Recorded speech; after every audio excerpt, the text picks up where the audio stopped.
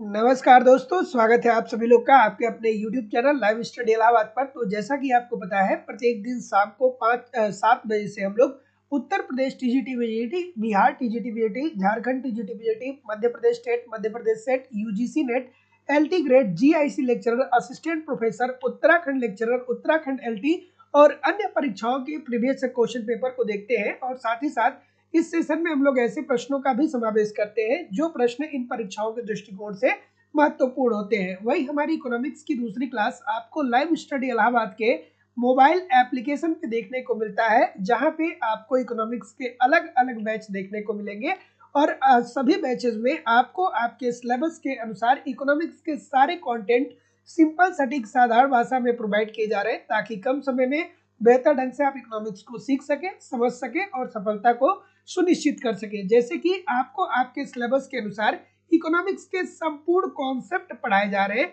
अर्थात कंप्लीट आपको थियरी पढ़ाई जा रही है, क्योंकि थियरी पढ़ना बहुत ही जरूरी है। जब तक आपकी थियरी ठीक तरीके से क्लियर नहीं होती है, जब तक आप थियरी को ठीक तरीके से तैयार नहीं करते हैं, तब तक बहुत सारे प्रकार के कंफ्यूजन आपके माइंड में विद्यमान होते हैं।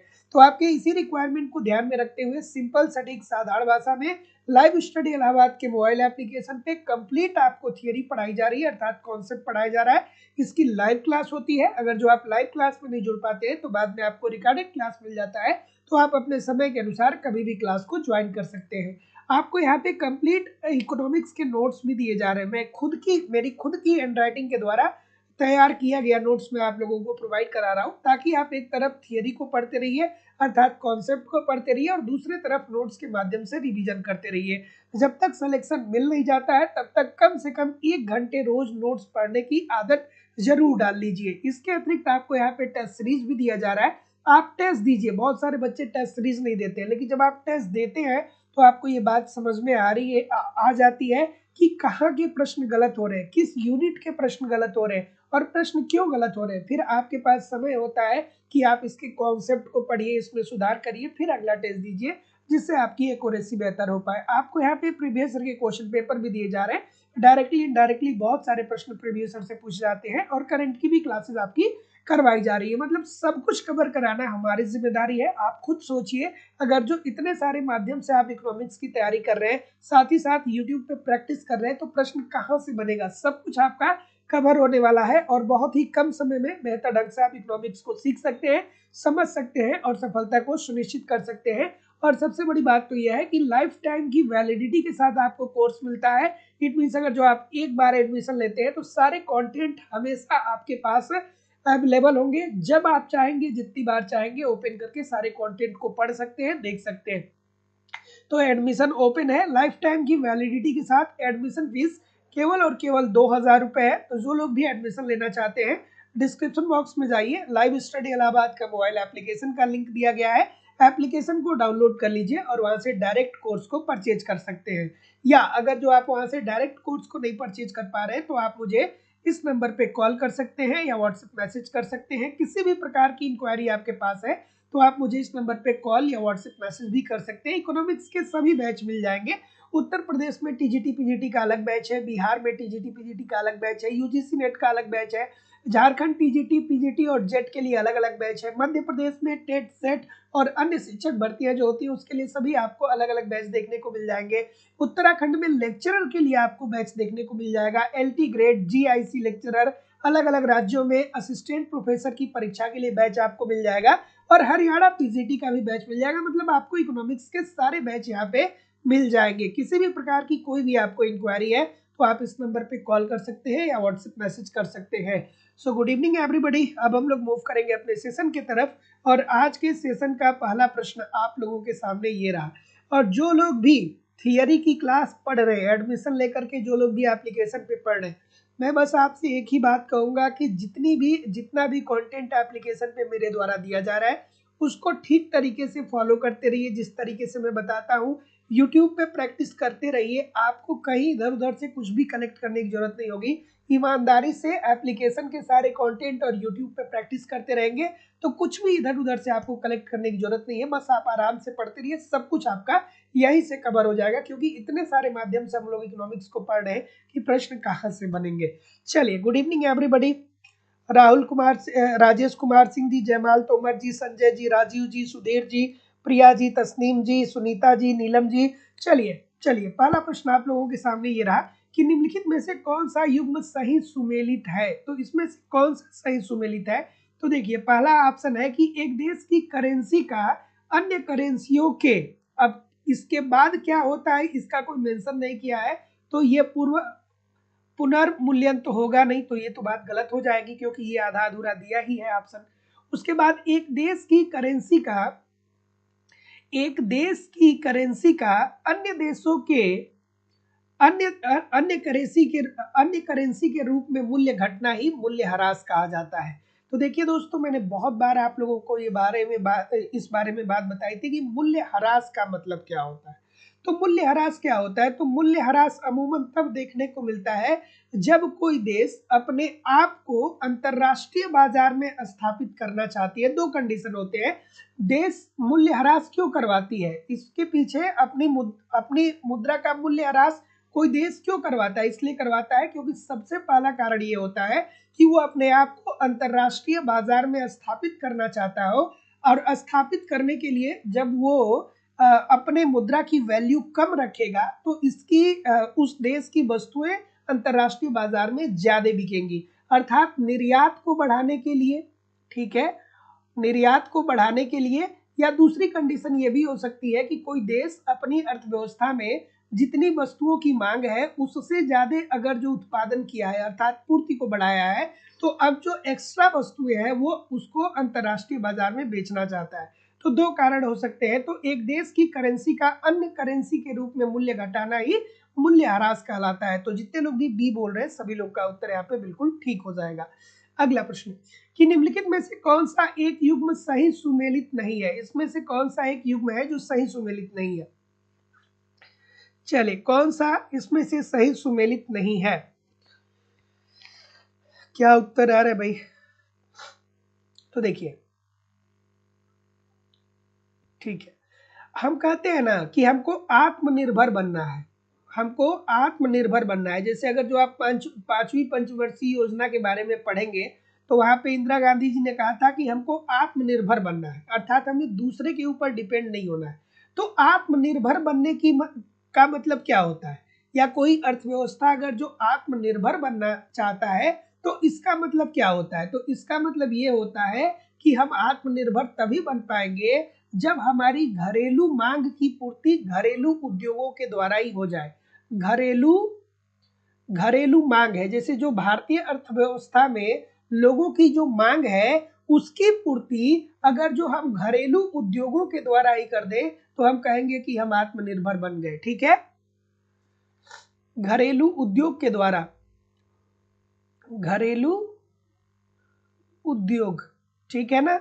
तो आत्मनिर्भर कोई देश कब बनेगा? आत्मनिर्भर कोई देश कब बनेगा? तो तभी बनेगा जब किसी देश की घरेलू मांग बराबर हो जाए घरेलू उत्पादन के। ठीक है, घरेलू मांग घरेलू उत्पादन के बराबर हो जाए, अर्थात हमारी अर्थव्यवस्था में जितनी वस्तुओं की मांग है इसका उत्पादन हम अगर जो अपनी ही अर्थव्यवस्था में कर लेते हैं तो हम कहेंगे कि हमारा देश आत्मनिर्भर बन गया है। ठीक है, तो इस प्रश्न के बारे में देखें तो ऑप्शन नंबर बी देखिए, आत्मनिर्भरता व्यापार की अनुपस्थिति होती है। तो जितने लोग भी बोल रहे हैं बी, सभी लोग का उत्तर ठीक हो जाएगा क्योंकि इसमें क्या पूछ रहा है? नहीं है। तो निम्नलिखित में से कौन सा एक युग्म सही सुमेलित नहीं है? तो आत्मनिर्भरता व्यापार की अनुपस्थिति होती है। तो जितने लोग भी यहाँ पे ऑप्शन नंबर बी बोल रहे हैं सभी लोग का उत्तर यहाँ पे बिल्कुल ठीक हो जाएगा। होना क्या चाहिए? व्यापार की अनुपस्थिति नहीं होना चाहिए, यहाँ पे होना क्या क्या चाहिए? विदेशी सहायता की अनुपस्थिति। इसके जगह पे क्या होना चाहिए? व्यापार की अनुपस्थिति के जगह पे क्या होना चाहिए? विदेशी सहायता की अनुपस्थिति। विदेशी सहायता, तब ये सही हो जाएगा। विदेशी सहायता की अनुपस्थिति। अगर जो किसी देश में विदेशी सहायता की अनुपस्थिति है, अर्थात विदेश से कोई सहायता हम नहीं ले रहे हैं, ना ही आयात कर रहे हैं, ना ही निर्यात कर रहे हैं, ना ही किसी भी प्रकार के सहायता उनसे ले रहे हैं, तब हम कहेंगे कि हमारा देश आत्मनिर्भर बन गया है। तो जितने लोग भी बी बोल रहे हैं सभी लोग का उत्तर ठीक हो जाएगा। अगला कि रिकार्डो का तुलनात्मक लागत सिद्धांत मूल्य के श्रम सिद्धांत पे आधारित है, क्या ये बात ठीक है? और अगर जो ये बात ठीक है तो मूल्य का श्रम सिद्धांत घरेलू व्यापार में चरितार्थ होता है, किंतु जब इसे अंतरराष्ट्रीय व्यापार में लागू करते हैं तो ये टूट जाता है। क्या उत्तर आ रहा है भाई? ठीक है, चलिए ऑप्शन नंबर ठीक। तो अब देखिए मूल्य का श्रम सिद्धांत किसने दिया था? डेविड रिकार्डो ने दिया था। डेविड रिकार्डो ने क्या कहा था कि दो देश आपस में इसलिए व्यापार करते हैं क्योंकि दोनों देशों में उत्पादन लागत की भिन्नता पाई जाती है, और ये उत्पादन लागत की भिन्नता श्रम में भिन्नता के आधार पर देखने को मिलता है। तो चलिए पहले आप उत्तर करिए। सी बोल रहे और कोई? सी के अलावा कोई और है? तो जितने लोग भी सी बोल रहे हैं बिल्कुल ठीक है। तो रिकार्डो साहब ने मूल्य का श्रम सिद्धांत दिया था, बिल्कुल ठीक है। रिकार्डो का तुलनात्मक लागत सिद्धांत मूल्य के श्रम सिद्धांत पे आधारित है। रिकार्डो साहब ने तुलनात्मक लागत का सिद्धांत दिया, जहां पे दिया था तो तुलनात्मक लागत के सिद्धांत के अंतर्गत उन्होंने यही तो बताया था ना कि दो देश आपस में इसलिए व्यापार करते हैं क्योंकि दोनों देशों में उत्पादन लागत में भिन्नता होती है, और उत्पादन लागत में भिन्नता होने के कारण एक देश दूसरे देश के साथ क्या करता है? व्यापार करता है। ठीक है, अब आगे देखते हैं कि मूल्य का श्रम सिद्धांत घरेलू व्यापार में चरितार्थ होता है, क्या ये बात ठीक है? और मूल्य का श्रम सिद्धांत घरेलू व्यापार में चरितार्थ होता है, किंतु जब इसे अंतरराष्ट्रीय व्यापार में लागू करते हैं तो ये टूट जाता है। नहीं भैया, ये गलत हो जाएगा, क्योंकि रिकार्डो साहब ने जो तुलनात्मक लागत का सिद्धांत दिया था वो अंतरराष्ट्रीय व्यापार के ही परिप्रेक्ष्य में दिया था। ठीक है, तो ऐसी स्थिति में हम ये नहीं कह सकते हैं कि जब इसे अंतरराष्ट्रीय व्यापार में लागू करते हैं तो ये टूट जाता है। ऐसा बिल्कुल नहीं होगा, क्योंकि डेविड रिकार्डो ने तुलनात्मक लागत का सिद्धांत किसके संदर्भ में दिया था? अंतरराष्ट्रीय व्यापार के संदर्भ में दिया था। और अंतरराष्ट्रीय व्यापार के संदर्भ में इन्होंने क्या कहा था कि दो देश आपस में इसलिए व्यापार करते हैं क्योंकि दोनों देशों में तुलनात्मक रूप से उत्पादन लागत में भिन्नता पाई जाती है। तो ये टूट नहीं जाता है भैया, ये तो अंतरराष्ट्रीय व्यापार का ही सिद्धांत है। तो इसलिए ये जो कह रहा है वो गलत बोल रहा है कि किंतु जब इसे अंतरराष्ट्रीय व्यापार में लागू करते हैं तो ये टूट जाता है। नहीं भैया, ये अंतरराष्ट्रीय व्यापार का सिद्धांत है। तो ये सही है, लेकिन आर गलत है। तो जितने लोग भी सी बोल रहे हैं कि सर ये सही है, आर गलत है, सभी लोग का उत्तर बिल्कुल ठीक हो जाएगा। अगला प्रश्न, इस प्रश्न का उत्तर करिए। आज कथन और कारण वाले प्रश्न थोड़े से बढ़ा करके मैं लाया हूं, ठीक है, क्योंकि आने वाले समय में कथन और कारण वाले प्रश्नों का वेटेज आपके पेपर में बढ़ने वाला है। तो इस सेशन को एक बार, दो बार, तीन बार आप जरूर रिवाइज करके पढ़िएगा। अगला प्रश्न आपके सामने ये रहा कि सीमा शुल्क मुख्य रूप से वस्तु मूल्यों को प्रभावित करते हैं, क्या ये बात ठीक है?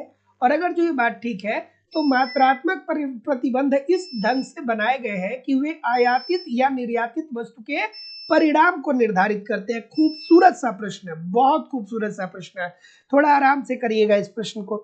क्या उत्तर आ रहा है भाई? तो देखिए इजी सी बात है, सीमा शुल्क मुख्य रूप से वस्तुओं को प्रभावित करते हैं, वस्तुओं के मूल्यों को प्रभावित करते हैं। ठीक है, सीमा शुल्क, अगर जो कोई एक वस्तु एक सीमा से दूसरी सीमा में जाती है तो उसके ऊपर सरकार क्या करती है कि प्रशुल्क लगाती है। तो सरकार जब प्रशुल्क लगाती है तो जाहिर सी बात है कि वस्तुओं की कीमतों में क्या आ जाएगी? वृद्धि आ जाएगी। ठीक है, तो ये तो प्रभावित करता है, देयर इज नो डाउट, 100% ठीक है कि सीमा शुल्क मुख्य रूप से वस्तु मूल्य को प्रभावित करता है, बिल्कुल प्रभावित करता है।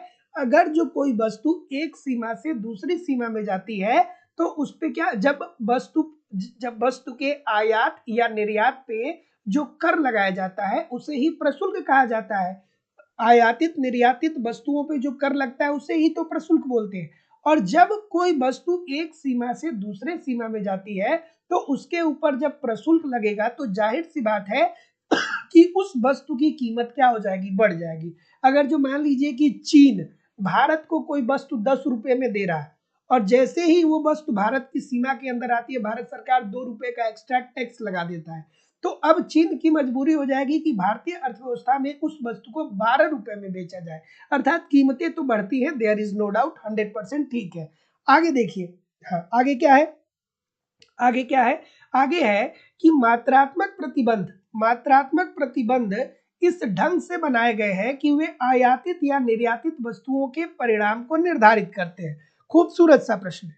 चलिए पहले आप बताइए, मात्रात्मक प्रतिबंध, ठीक है, ठीक है। तो मात्रात्मक प्रतिबंध इस ढंग से बनाए गए कि वे आयातित या निर्यातित वस्तु के परिणाम को निर्धारित करते हैं। बहुत सारी गलतियां आ रही हैं, ठीक है, ठीक है, बिल्कुल ठीक है। तो बात तो ये भी ठीक है ना, मात्रात्मक प्रतिबंध के अंतर्गत जैसे मान लीजिए कि भारत सरकार ने कह दिया कि चाइना से अगर जो हम खिलौने का आयात कर रहे हैं तो 50,000 करोड़ का ही खिलौना लूंगा, या अगर जो हम चाइना से किसी किसी भी वस्तु को आयात कर रहे हैं तो सरकार ने कह दिया कि भैया हम या तो 50,000 करोड़ की वस्तु लेंगे या 5 टन ही आपकी वस्तु को लेंगे, उससे ज्यादा नहीं लेंगे। तो ये बात तो ठीक है।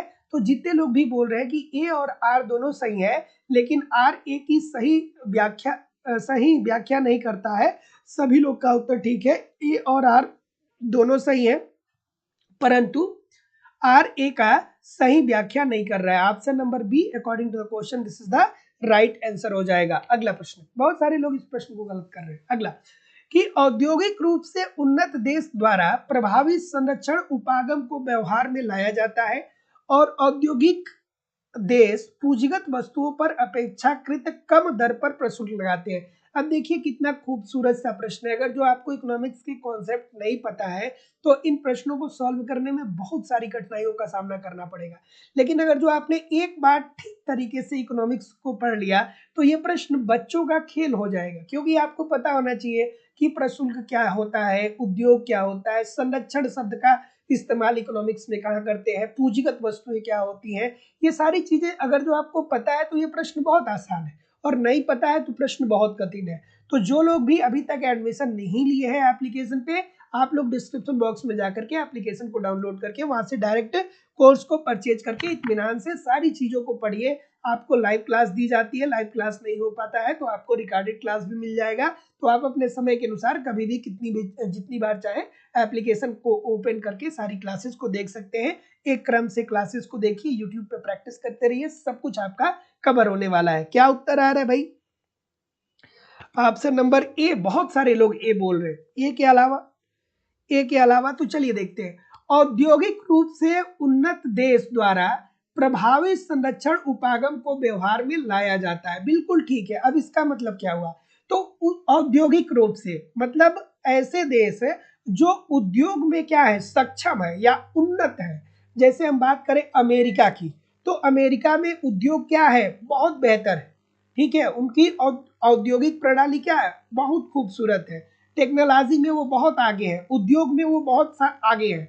तो देखिए, औद्योगिक रूप से उन्नत देश द्वारा प्रभावी संरक्षण उपागम को व्यवहार में लाया जाता है। अब ये प्रभावी संरक्षण उपागम का मतलब ये हुआ है कि जब कोई देश उद्योग में बेहतर है तो वो क्या चाहेगा, वो यही चाहेगा कि उसके घरेलू उद्योग का ही विकास हो, ठीक है। जैसे अमेरिका हो गया, जैसे चीन हो गया, तो वो हमेशा यही चाहेंगे लोग कि हमारी घरेलू उद्योगों का विकास हो, क्योंकि हमारा उद्योग ऑलरेडी उन्नत है। हमको किसी विदेशी वस्तु मतलब दूसरे देश से निर्मित वस्तुएं हमारे देश में न आकर के बिके।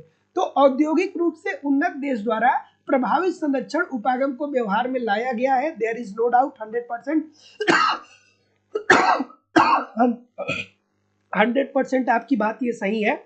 और औद्योगिक देश पूंजीगत वस्तुओं पर अपेक्षाकृत कम दर पर प्रशुल्क लगाते हैं। बिल्कुल ठीक है। जो औद्योगिक देश होंगे वो पूंजीगत वस्तुओं पे अपेक्षाकृत क्या करेंगे, कम प्रशुल्क लगाते हैं। तो जितने क्यों कम प्रशुल्क लगाते हैं, क्योंकि इन देशों में क्या हो सके, उद्योगों का विकास हो सके, उद्योगों का संरक्षण हो सके, अर्थात अपने घरेलू उद्योग को ही हम लोग बढ़ावा दें, ताकि हमारी घरेलू मांग की पूर्ति भी हो जाए और अंतरराष्ट्रीय बाजार में अपने वस्तुओं का हम निर्यात भी कर सके। तो जितने लोग भी यहाँ पे क्या बोल रहे हैं, ये बोल रहे हैं कि सर जी ए और आर दोनों सही है और आर ए का सही व्याख्या कर रहा है, सभी लोग का उत्तर यहाँ पे बिल्कुल ठीक हो जाएगा, ऑप्शन नंबर ए। और देखिए, मैं उन बच्चों से भी कहूंगा जिनको लगता है कि उनकी आर्थिक स्थिति ठीक नहीं है या किसी कारणवश वो पूरी 2,000 रुपये फीस सबमिट नहीं कर पाते, क्योंकि बहुत सारे ऐसे बच्चे हैं, मैं समझ सकता हूँ कि बहुत सारे ऐसे बच्चे हैं जिनकी आर्थिक स्थिति ठीक नहीं है। तो अगर जो आपको लगता है कि आपकी आर्थिक स्थिति ठीक नहीं है, तो ये जो नीचे नंबर आ रहा है ना, इस पे आप मुझे एक बार कॉल कर लीजिएगा या व्हाट्सएप मैसेज कर लीजिएगा। लेकिन अब ये नहीं कि सभी लोग, ठीक है ना, जिसको ऐसा लगता है कि वो पूर्ण रूप से फीस देने में सक्षम नहीं है, वो आप एक बार मुझे इस नंबर पे कॉल या व्हाट्सएप मैसेज कर दीजिएगा। लेकिन हाँ, एक बात और ध्यान में रखिएगा, ये नहीं आप सोचिएगा कि फ्री ऑफ कास्ट एडमिशन मिल जाएगा, क्योंकि फ्री ऑफ कास्ट एडमिशन देने के बाद उससे मुझे मुझे भी जीएसटी देना होता है, मुझे भी एप्लीकेशन चार्ज देना होता है, बहुत सारे खर्च मुझे भी करने पड़ते हैं। लेकिन एक दो बच्चों का मैंने लिया, लेकिन फ्री का ज्ञान क्या होता है कि कारगर नहीं होता है ना। तो आप मान के चलिए कि थोड़े बहुत कंसेशन आपके हो जाएंगे फीस में, ठीक है। तो एक बार कॉल या व्हाट्सएप मैसेज जरूर कर लीजिएगा, किसी को भी कोई दिक्कत होगा तो। चलिए, अगला प्रश्न है कि निम्नलिखित में से कौन सी एक विधि केंद्रीय बैंक के गुणात्मक साख नियंत्रण के साधन के रूप में प्रयुक्त की जाती है।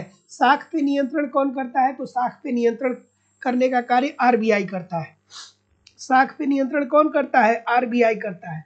और साख पे नियंत्रण कितने विधियों से होता है? दो विधियों से, एक होता है परिणात्मक और दूसरा होता है गुणात्मक, ठीक है। केंद्रीय बैंक साख पे नियंत्रण कितने माध्यमों से करता है? दो माध्यमों से करता है, एक परिणात्मक होता है, दूसरा गुणात्मक होता है। तो परिणात्मक के अंतर्गत क्या आता है? बैंक दर आता है, रेपो रेट आता है, रिवर्स रेपो रेट आता है, वैधानिक तरलता अनुपात आता है, नगद आरक्षित अनुपात आता है। लेकिन चयनात्मक साख नियंत्रण के अंतर्गत का क्या आता है?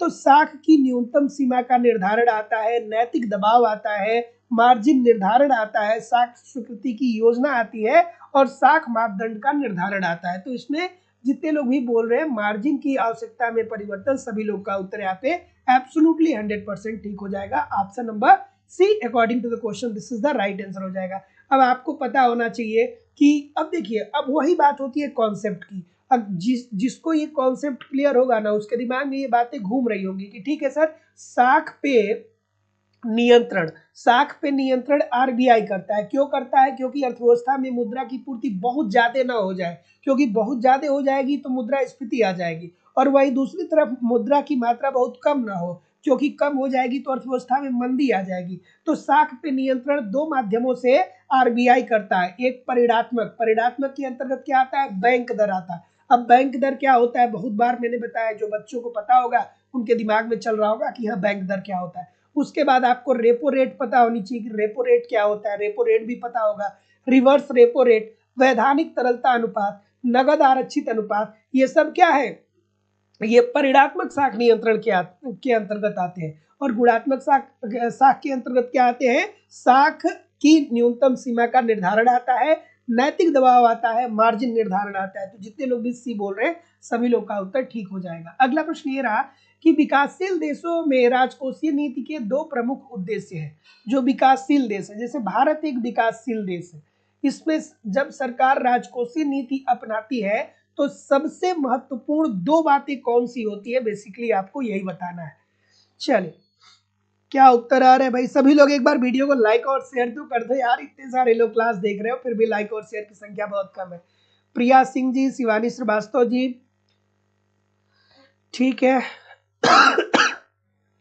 सरमीत कौर जी, दीप माला पाल जी, सोनी शर्मा जी, बुद्धराज जी, ठीक है, संजय कुमार जी, मालती जी, अजय कुमार जी, सदानंद मिश्रा जी, मालती सोलंकी जी, सभी लोगों से निवेदन है, इतने सारे लोग क्लास देख रहे हैं फिर भी लाइक और शेयर की संख्या बहुत कम है। सभी लोग एक बार वीडियो को लाइक कर दीजिए और शेयर कर दीजिए। देखिए, ये राजकोषीय नीति की बात हो रही है, तो जब सरकार के राजकोषीय नीति की बात होती है तो सरकार राजकोषीय नीति के अंतर्गत क्या करती है? तो सरकार राजकोषीय नीति के अंतर्गत अपने आय और व्यय को बताती है, ठीक है। सरकार क्या करती है? अपने आय और व्यय को बताती है राजकोषीय नीति के अंतर्गत। तो सबसे पहले सरकार ये बताती है कि भैया हमको इनकम कहाँ से प्राप्त हुआ, आय कहाँ से प्राप्त हुआ, और फिर सरकार बताती है कि हम व्यय कहाँ पे करने जा रहे हैं। तो सरकार जो आय प्राप्त करती है वो कहाँ से प्राप्त करती है? कर के माध्यम से, अर्थात ऋण के माध्यम से। ऋण के माध्यम कर के माध्यम से, कर के माध्यम जैसे अप्रत्यक्ष कर हो गया या प्रत्यक्ष कर हो गया, तो ये जो टैक्स होता है वो सरकार के पास ही तो जाता है ना। और दूसरा, सरकार आय कहाँ से अर्जित करती है? ऋण के माध्यम से। वो आंतरिक ऋण हो सकता है या बाह्य ऋण हो सकता है। ऋण, आंतरिक ऋण का मतलब कि ऐसा ऋण जो सरकार अपने देश के अंदर से ले, और बाह्य ऋण मतलब ऐसा ऋण जो सरकार अपने देश के बाहर से ले। और सरकार व्यय कहाँ पे करती है? तो देश की आधारभूत संरचना को बेहतर करने के लिए, शिक्षा को बेहतर करने के लिए, स्वास्थ्य को बेहतर करने के लिए, सड़क को बेहतर करने के लिए, परिवहन को बेहतर करने के लिए, शिक्षा, स्वास्थ्य, बिजली, ठीक है, इन सबको क्या करती है? इन सबको बेहतर करने के लिए सरकार व्यय करती है। तो अब चलिए इस प्रश्न का उत्तर बताइए, इस प्रश्न का उत्तर बताइए। तो जितने लोग भी क्या बोल रहे हैं? तीव्र गति से आर्थिक विकास, बिल्कुल ठीक है। राजकोषीय नीति का उद्देश्य ये होता है कि किस तरीके से अर्थव्यवस्था में उत्पादकता का स्तर बढ़ाया जाए, उत्पादन किस तरीके से अर्थव्यवस्था में बढ़ाया जाए, ठीक है, उत्पादन किस तरीके से अर्थव्यवस्था में बढ़ाया जाए ताकि इससे बड़े पैमाने पे लोगों को रोजगार भी मिल सके और देश का आर्थिक विकास भी हो सके। क्योंकि जब उत्पादन बढ़ेगा तो देश की राष्ट्रीय आय बढ़ेगी, राष्ट्रीय आय बढ़ेगी तो देश आर्थिक विकास के पथ पे अग्रसर हो जाएगा।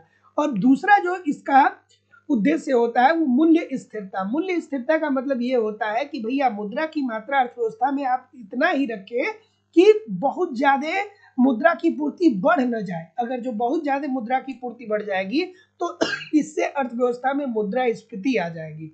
तो मुद्रास्फीति भी, व्यापक पैमाने पे मुद्रास्फीति भी ठीक नहीं होती अर्थव्यवस्था के लिए। और वही दूसरी तरफ अगर जो मुद्रा की मात्रा अर्थव्यवस्था में कम हो जाएगी तो अर्थव्यवस्था में मंदी आ जाएगी, तो मंदी भी अर्थव्यवस्था के लिए ठीक नहीं होगा।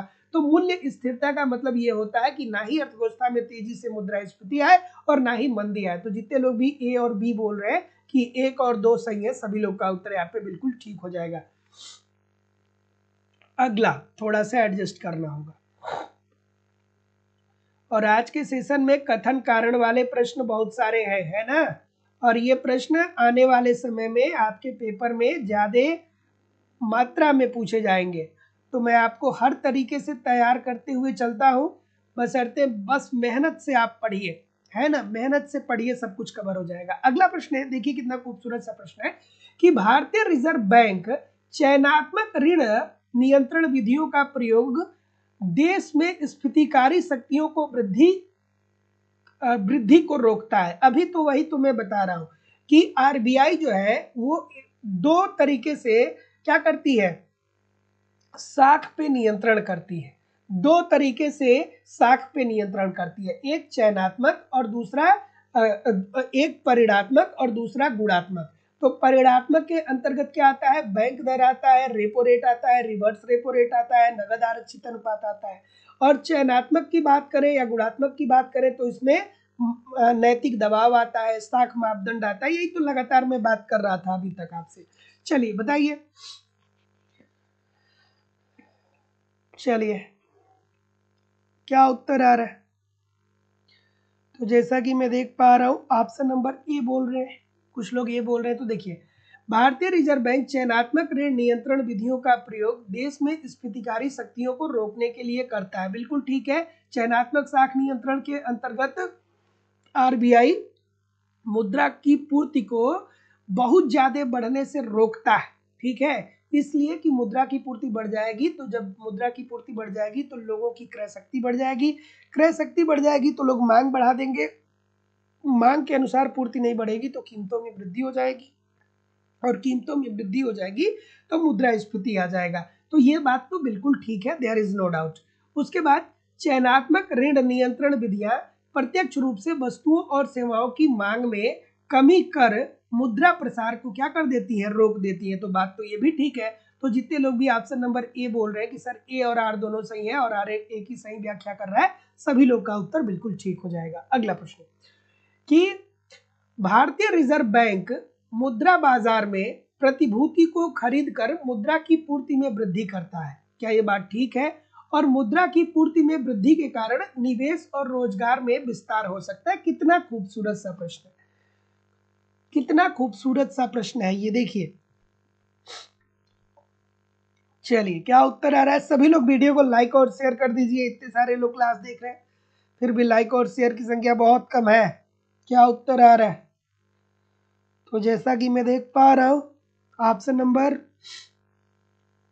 ठीक है, ठीक है, भारतीय रिजर्व बैंक मुद्रा बाजार में प्रतिभूतियों को खरीद कर मुद्रा की पूर्ति को बढ़ाता है। अब आपको पता होना चाहिए कि आरबीआई प्रतिभूतियों का क्रय विक्रय करता है। आरबीआई क्या करता है?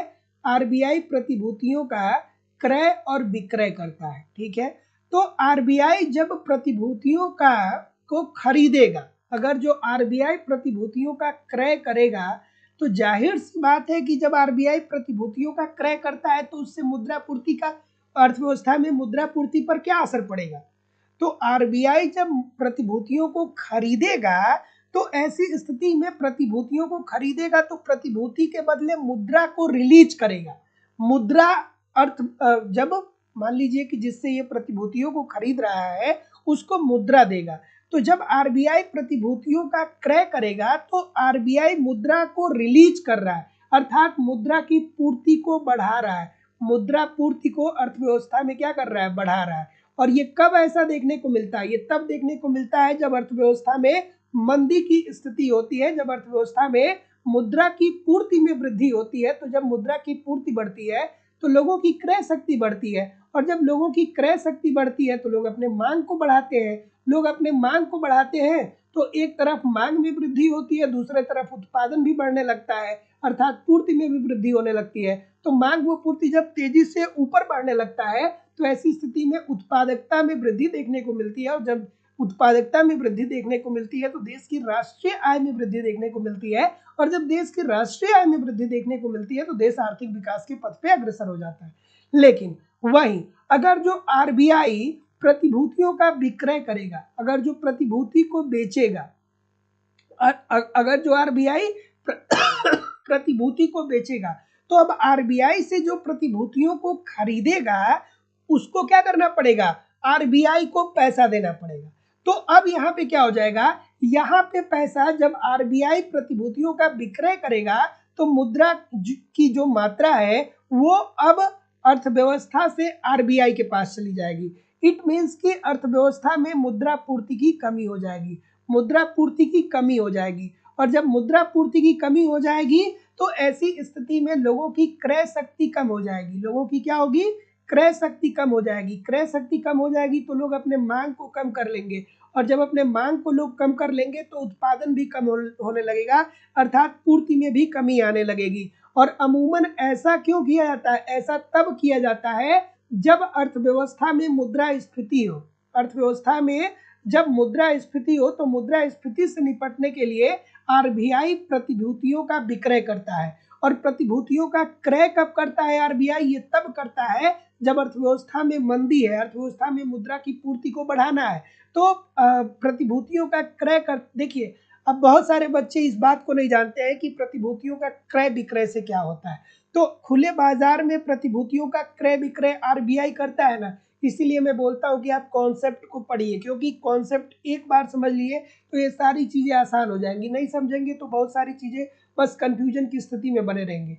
अब देखिए, खुले बाजार में प्रतिभूतियों का क्रय विक्रय आरबीआई करता है ना, क्यों करता है? तो आरबीआई जब खुले बाजार में प्रतिभूतियों का क्रय करेगा तो इससे जब क्रय करेगा तो भाई प्रतिभूति आरबीआई के पास आएगी, तो इसके एवज में आरबीआई को मुद्रा त्यागना पड़ेगा।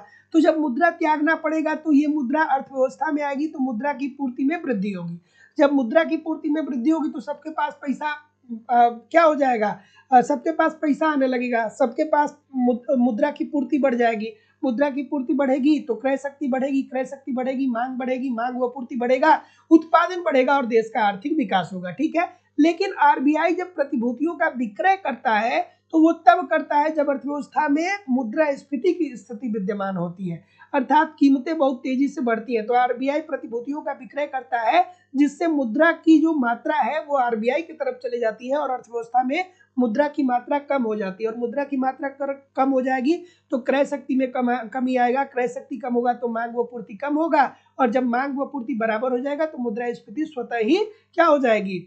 मुद्रास्फीति स्वतः ही खत्म हो जाएगी। तो इस प्रश्न के बारे में अगर जो हम लोग बात करें तो जितने लोग भी ए बोल रहे हैं कि सर ए और आर दोनों सही है और आर ए का सही स्पष्टीकरण कर रहा है। सभी लोग का उत्तर ठीक हो जाएगा। तो यही तो बात मैं बोल रहा था ना कि भारतीय रिजर्व बैंक मुद्रा बाजार में प्रतिभूतियों को खरीद के मुद्रा पूर्ति को क्या कर देता है, बढ़ा देता है।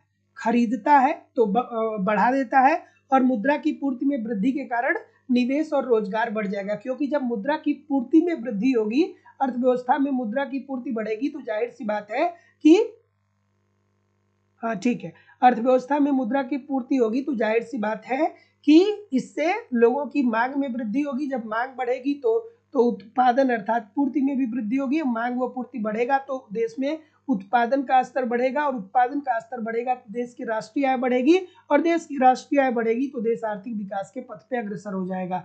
तो जितने लोग भी ऑप्शन नंबर क्या बोल रहे हैं, ये बोल रहे हैं कि सर ए और आर दोनों से, या आर ए की सही व्याख्या कर रहे हैं, सभी लोग का उत्तर बिल्कुल ठीक है।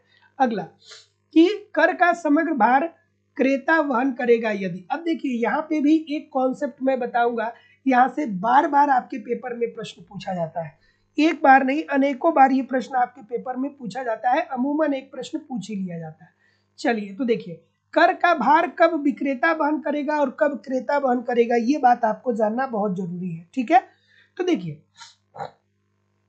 यहाँ पे ये जानने के लिए आपको दो बातें जाननी होंगी कि मांग लोचदार का मतलब क्या होता है और मांग बेलोचदार का मतलब क्या होता है। ठीक है, अब इस प्रश्न को जानने के लिए आपको लोचदार मांग और बेलोचदार मांग जानना जरूरी है। ठीक है, लोचदार मांग, लोचदार मांग, लोचदार मांग क्या होता है भाई, और दूसरा बेलोचदार मांग, बेलोचदार मांग, ये दोनों बातें आपको जानना जरूरी है। तो लोचदार मांग का मतलब ये होता है कि एक उपभोक्ता है, अगर वो चाहे तो अपनी मांग में परिवर्तन कर सकता है, तो इसे मांग लोचदार बोलते हैं। जैसे मान लीजिए, देखिए ध्यान से समझिएगा कि जैसे 10 रुपए का लाइफ बॉय भी मिल रहा है और 10 रुपए का लक्स भी मिल रहा है। तो लाइफ बॉय 10 रुपए का मिल रहा है, 10 रुपए का लक्स मिल रहा है, लेकिन लाइफ बॉय की कीमतों में वृद्धि हो जाए, लाइफ बॉय 12 रुपए का मिलने लगे और लक्स 10 रुपए का मिले, तो आप लाइफ बॉय की मांग को कम कर देंगे और आप लक्स की मांग को बढ़ा देंगे, क्योंकि लक्स 10 ही रुपए में आपको मिल रहा है। इसका मतलब कि मांग लोचदार है। लेकिन वही बेलोचदार मांग का मतलब ये होगा कि आप अपने मांग में परिवर्तन नहीं कर सकते। जैसे कि नमक हो गया, तो नमक की मांग बेलोचदार होती है। नमक 30 रुपया पर केजी है तो भी उतना ही आप उपभोग करेंगे, यदि 300 रुपया पर केजी हो जाएगी तो उतना ही उपभोग करेंगे, 3000 रुपये पर केजी हो जाएगी तो उतना ही उपभोग करेंगे, क्योंकि नमक की मांगी गई मात्रा में आप परिवर्तन नहीं कर सकते। सब्जी में जितनी नमक पड़ती है उतना पड़ेगा ही पड़ेगा, चाहे 30 रुपया पर केजी हो, चाहे 3 रुपया पर केजी हो, चाहे 3000 पर केजी हो, चाहे 300 पर केजी हो। ठीक है, तो ये होता है बेलोचदार मांग। तो अब देखिए, कर का समग्र भार विक्रेता कब वहन करेगा, तो चलिए क्या उत्तर आ रहा है भाई, सी बोल रहे। तो देखिए विक्रेता, विक्रेता मतलब जो बेचने वाला है। तो जैसे मान लीजिए कि मैंने अभी आपको बताया कि 10 रुपए का लक्स साबुन भी मिल रहा है और 10 रुपए का लाइफ बॉय साबुन भी मिल रहा है, 10 रुपए का लक्स साबुन भी मिल रहा है और 10 रुपए का लाइफ बॉय साबुन भी मिल रहा है। लेकिन किसी कारणवश अब भारत सरकार ने लक्स कंपनी के ऊपर 2 रुपया टैक्स बढ़ा दिया। लक्स कंपनी के ऊपर 2 रुपए का टैक्स किसने कर दिया, किसने बढ़ा दिया, भारत सरकार ने बढ़ा दिया।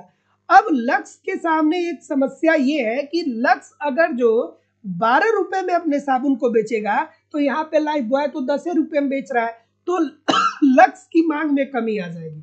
तो ऐसी स्थिति में लक्स ये सोचेगा कि भारत सरकार ने 2 रुपया हमारे ऊपर जो टैक्स लगाया है ना, वो हम खुद से वहन कर लेंगे, हम खुद वहन कर लेंगे, क्योंकि अगर जो हम इस टैक्स को विक्रेता के ऊपर डालेंगे, सॉरी क्रेता के ऊपर डालेंगे, तो क्रेता हमारा भाग जाएगा। तो ऐसी स्थिति में अगर जो लोचदार मांग है और भारत सरकार मान लीजिए कि लक्स कंपनी के ऊपर 2 रुपये एक्स्ट्रा टैक्स लगा दी है, तो लक्स कंपनी चाह करके भी अपने साबुन की कीमत को 10 रुपए से ज्यादा नहीं बढ़ाएगा। क्यों नहीं बढ़ाएगा, क्योंकि अगर जो ये 12 रुपए का कर देगा तो उपभोक्ता मांग में परिवर्तन कर देगा और वो लाइफ बॉय को ही खरीदेगा, लक्स की मांग में कमी आ जाएगी, और एक विक्रेता ऐसा कभी नहीं चाहेगा। तो कर का समग्र भार वहन करेगा विक्रेता जब मांग क्या हो, वस्तु की मांग पूर्णतः लोचदार हो, अर्थात एक उपभोक्ता के पास ये श्योरिटी हो कि अगर जो एक वस्तु की कीमत में वृद्धि हो रही है तो हम दूसरे वस्तु को उसकी जगह पे प्रयोग कर लेंगे। और पूर्ति क्या हो, पूर्तियां बेलोचदार है, अर्थात पूर्ति में भी कोई परिवर्तन नहीं किया जा सकता है।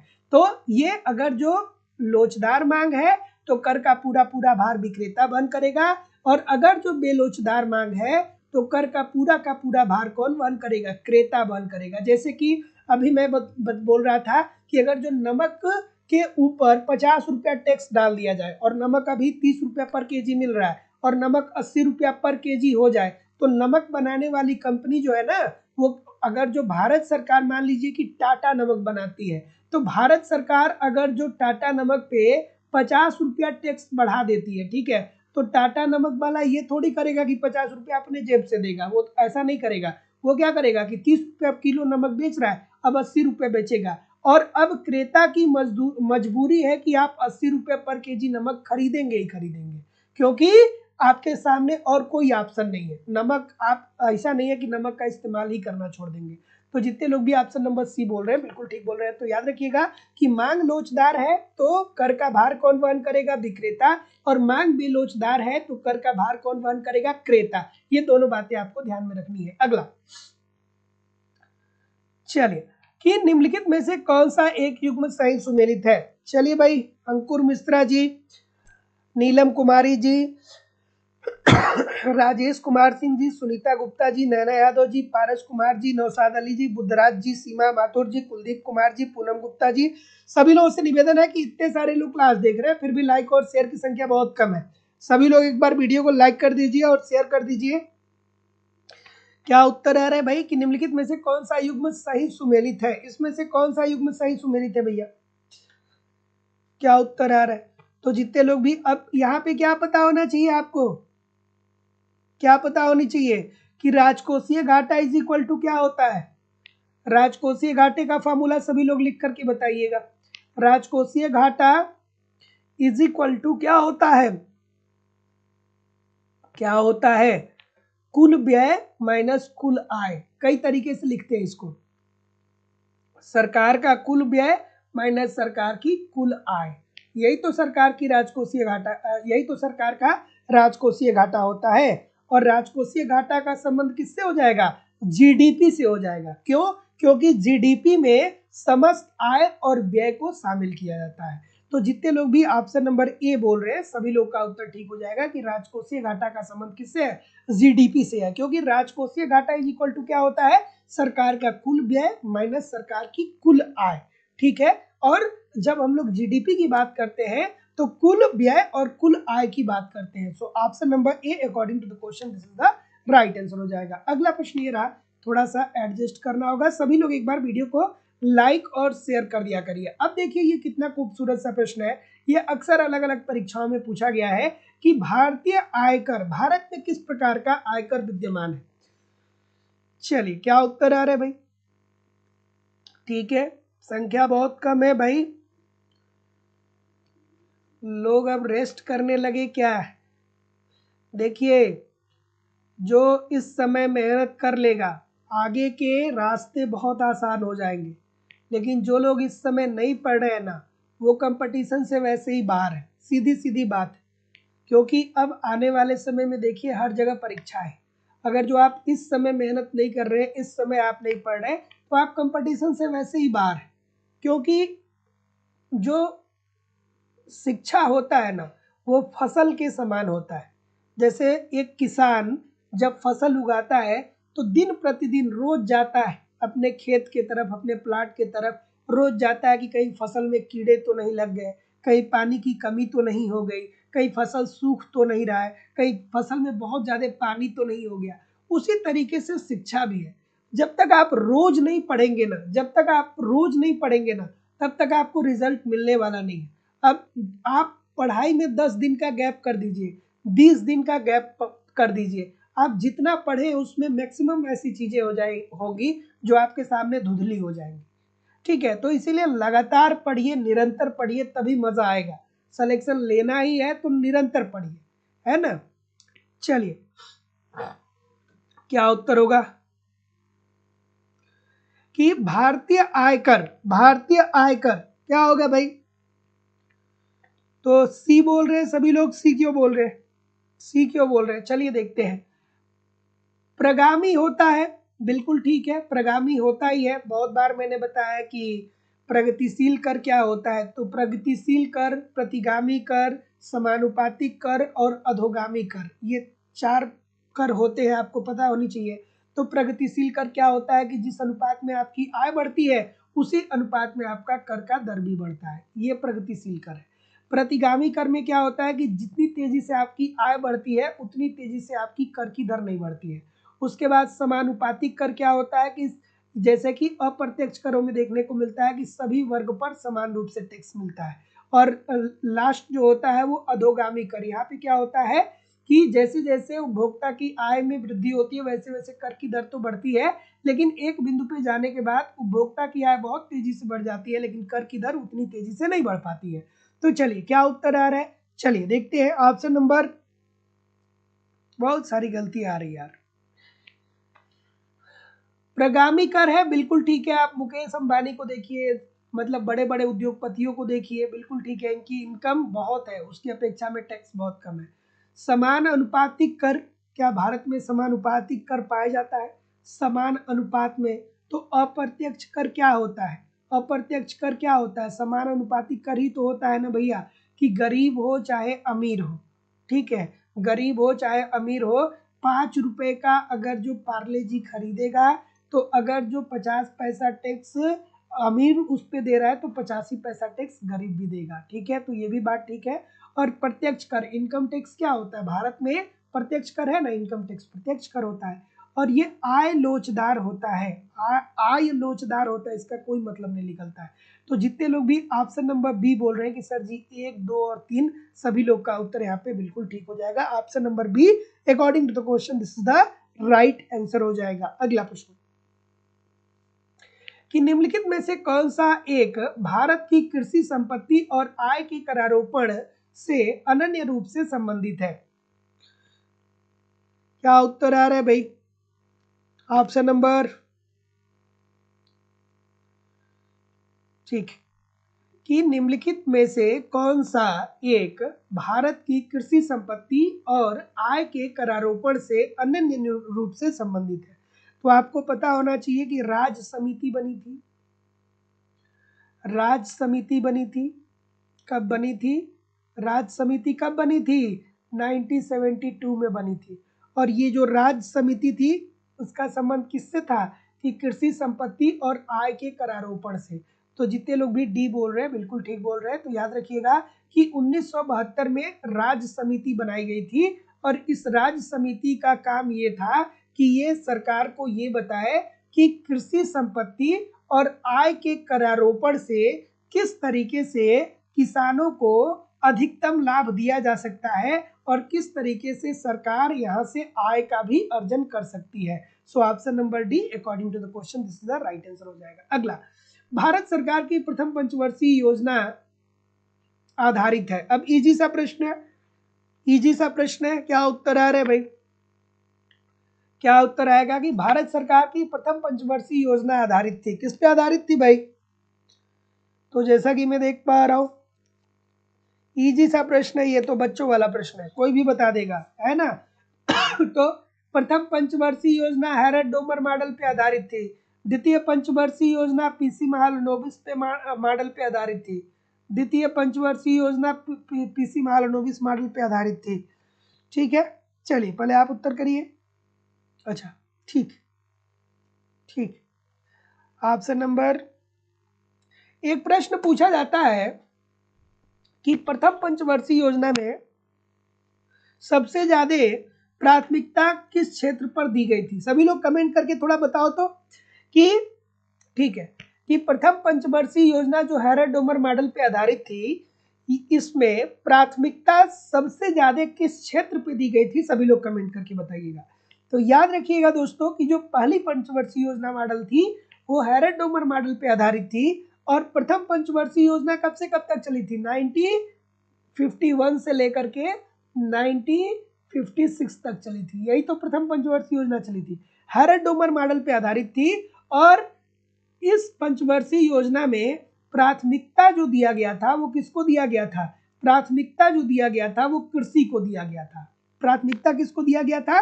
कृषि को दिया गया था। विकास का जो लक्ष्य निर्धारित किया गया, विकास लक्ष्य जो निर्धारित किया गया था वो किया गया था 2.1%, 2.1%, तथा प्राप्ति कितना हुआ? प्राप्ति हुआ था 3.6%, अर्थात इसमें हमें सफलता मिली थी क्योंकि मानसून हमारे अनुकूल था। तो जितने लोग भी बी बोल रहे हैं ठीक बोल रहे हैं। इसी तरीके से आपको 5वीं पंचवर्षीय योजना याद आनी चाहिए, गरीबी हटाओ। इंदिरा गांधी जी ने नारा दिया था जिसमें 20 सूत्री कार्यक्रम का भी शुभारंभ हुआ। फिर 8वीं पंचवर्षीय योजना आपको याद आनी चाहिए जहाँ पे मानव पूंजी के विकास के बारे में बात की गई थी। फिर 11वीं पंचवर्षीय योजना आपको याद आनी चाहिए, समावेशी विकास के बारे में बात की गई थी। फिर 12वीं और अंतिम पंचवर्षीय योजना 2012 से 2017 आपको याद आना चाहिए जिसमें उच्चतर समावेशी विकास के बारे में बात किया गया। ये सारी चीजें तभी आएंगी जब आप ठीक तरीके से कॉन्सेप्ट को पढ़ेंगे। चलिए भैया अगला प्रश्न आपके सामने ये रहा। बहुत बार ये प्रश्न पूछा गया है, थोड़ा आराम से दिमाग लगा करके इस प्रश्न का उत्तर करिए।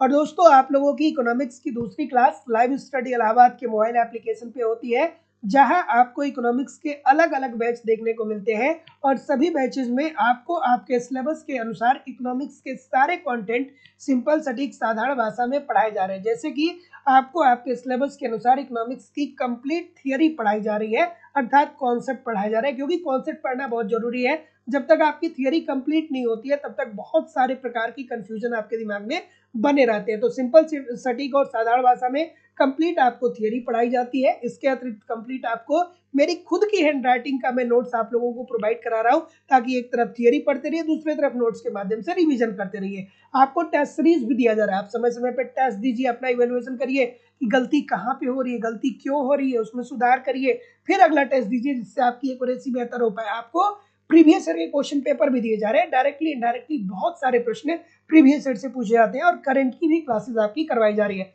सब कुछ कवर कराना हमारी जिम्मेदारी है, बस आप ईमानदारी से एप्लीकेशन पे इन सारे कंटेंट को पढ़ते रहिए, यूट्यूब पर प्रैक्टिस करते रहिए, कहीं भी इधर उधर से कुछ भी आपको कलेक्ट करने की जरूरत नहीं है। एडमिशन ओपन है लाइफ टाइम की वैलिडिटी के साथ। एडमिशन फीस केवल और केवल 2000 रुपए है। तो जो लोग भी एडमिशन लेना चाहते हैं डिस्क्रिप्शन बॉक्स में जाइए, एप्लीकेशन का लिंक दिया गया है, एप्लीकेशन को डाउनलोड कर लीजिए और वहां से डायरेक्ट अपना कोर्स परचेज कर सकते हैं। या अगर जो आप डायरेक्ट कोर्स नहीं परचेज कर पा रहे हैं तो आप मुझे इस नंबर पे कॉल कर सकते हैं या व्हाट्सएप मैसेज भी कर सकते हैं। चलिए बताइए भाई क्या उत्तर आ रहा है।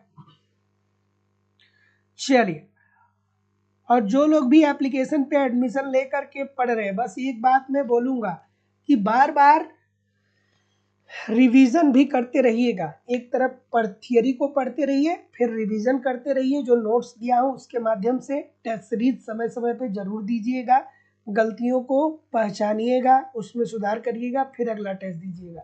प्रीवियस ईयर को ठीक तरीके से पढ़ते रहिएगा, करंट में करवा दूंगा, और यूट्यूब वाली क्लास रेगुलर पढ़ते रहिएगा। ठीक है, सब कुछ आपका कवर होने वाला है। क्या उत्तर आ रहा है भाई? तो सामुदायिक विकास कार्यक्रम की शुरुआत कब हुई थी? सामुदायिक विकास कार्यक्रम बहुत बार पूछा जाता है। 2 अक्टूबर 1952 में इसकी शुरुआत होती है।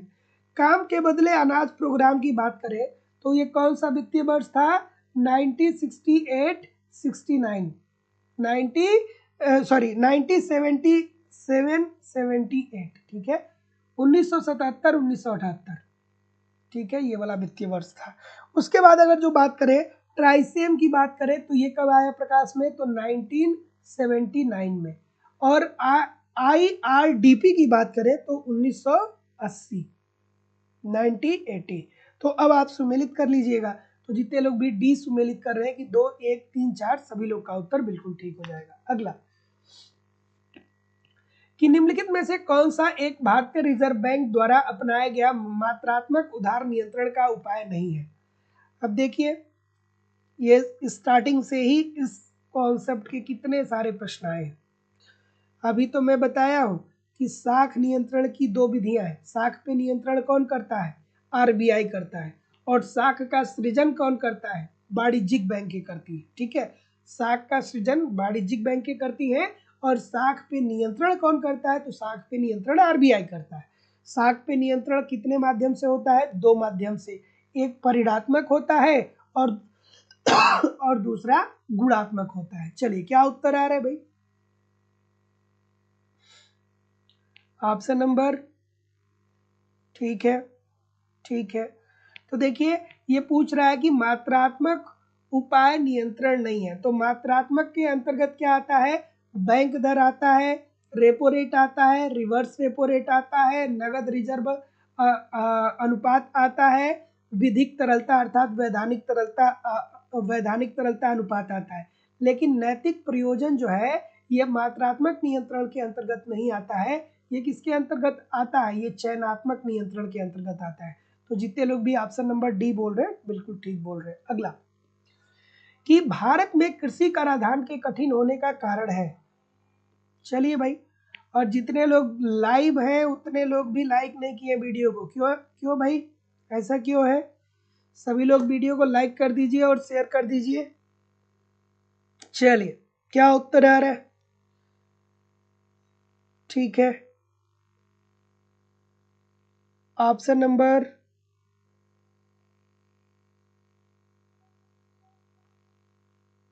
चलिए क्या बोल रहे हैं?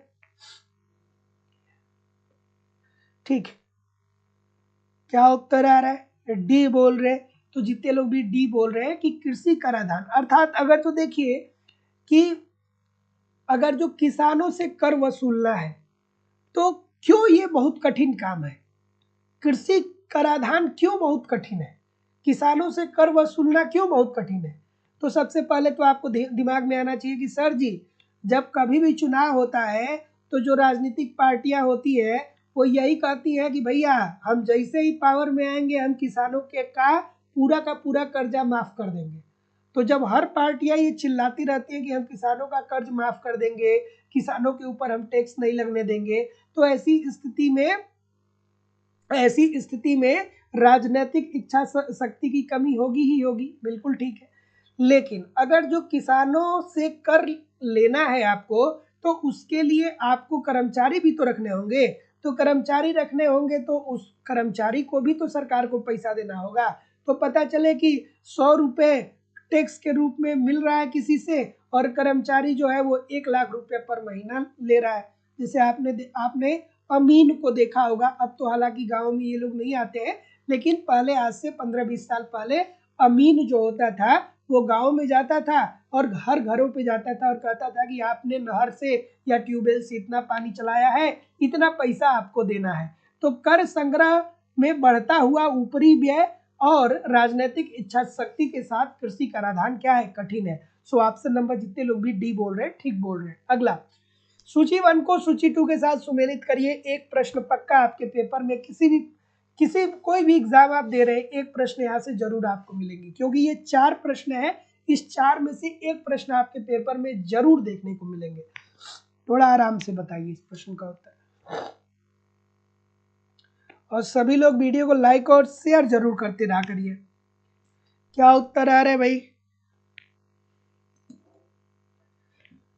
चलिए ठीक है, एक सेकेंड।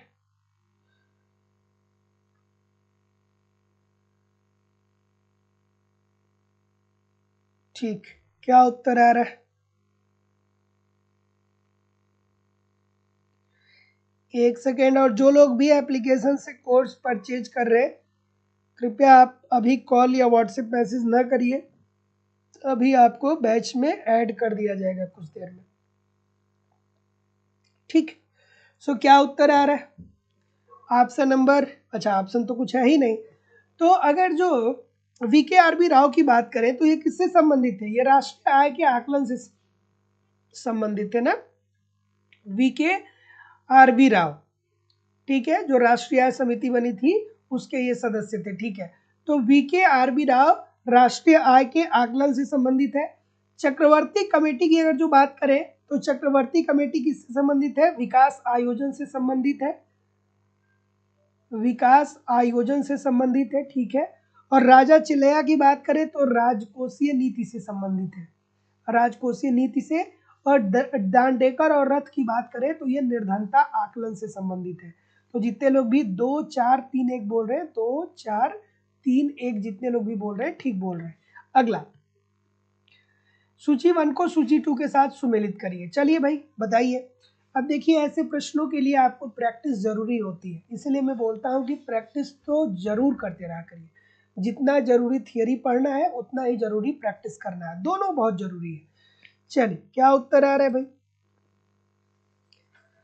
क्योंकि आप थियरी कितना भी पढ़ लीजिए, अगर जो प्रैक्टिस नहीं करेंगे तो इस प्रकार के प्रश्न, बहुत प्रश्न ऐसे होते हैं जिसमें आपकी स्मरण शक्ति लगती है ना, जिसमें लगता है कि आपको याद है चीजें कि नहीं। तो थोड़ा सा इस प्रकार के प्रश्नों की प्रैक्टिस बहुत जरूरी होती है। हाँ, ऑप्शन नंबर, भारतीय स्टेट बैंक की अगर जो बात करें तो भारतीय स्टेट बैंक ये कब प्रकाश में आता है और किस बैंक के स्थान पे आता है? इंपीरियल बैंक की स्थापना कब हुई थी? सभी लोग कमेंट करके बताइए। ठीक है, तो भारतीय स्टेट बैंक 1955 में। भारत में अगर जो हरित क्रांति की बात करें तो भारत में हरित क्रांति की शुरुआत 1966 में। भारत में हरित क्रांति के जन्मदाता कौन है? विश्व में हरित क्रांति के जन्मदाता कौन है? हरित क्रांति शब्द का प्रयोग सर्वप्रथम किसने किया था? ये सब कमेंट करके आप लोग मुझे बताइएगा।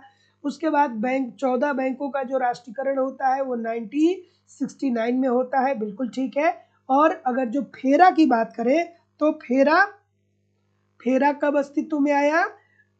विदेशी मुद्रा विनियामक अधिनियम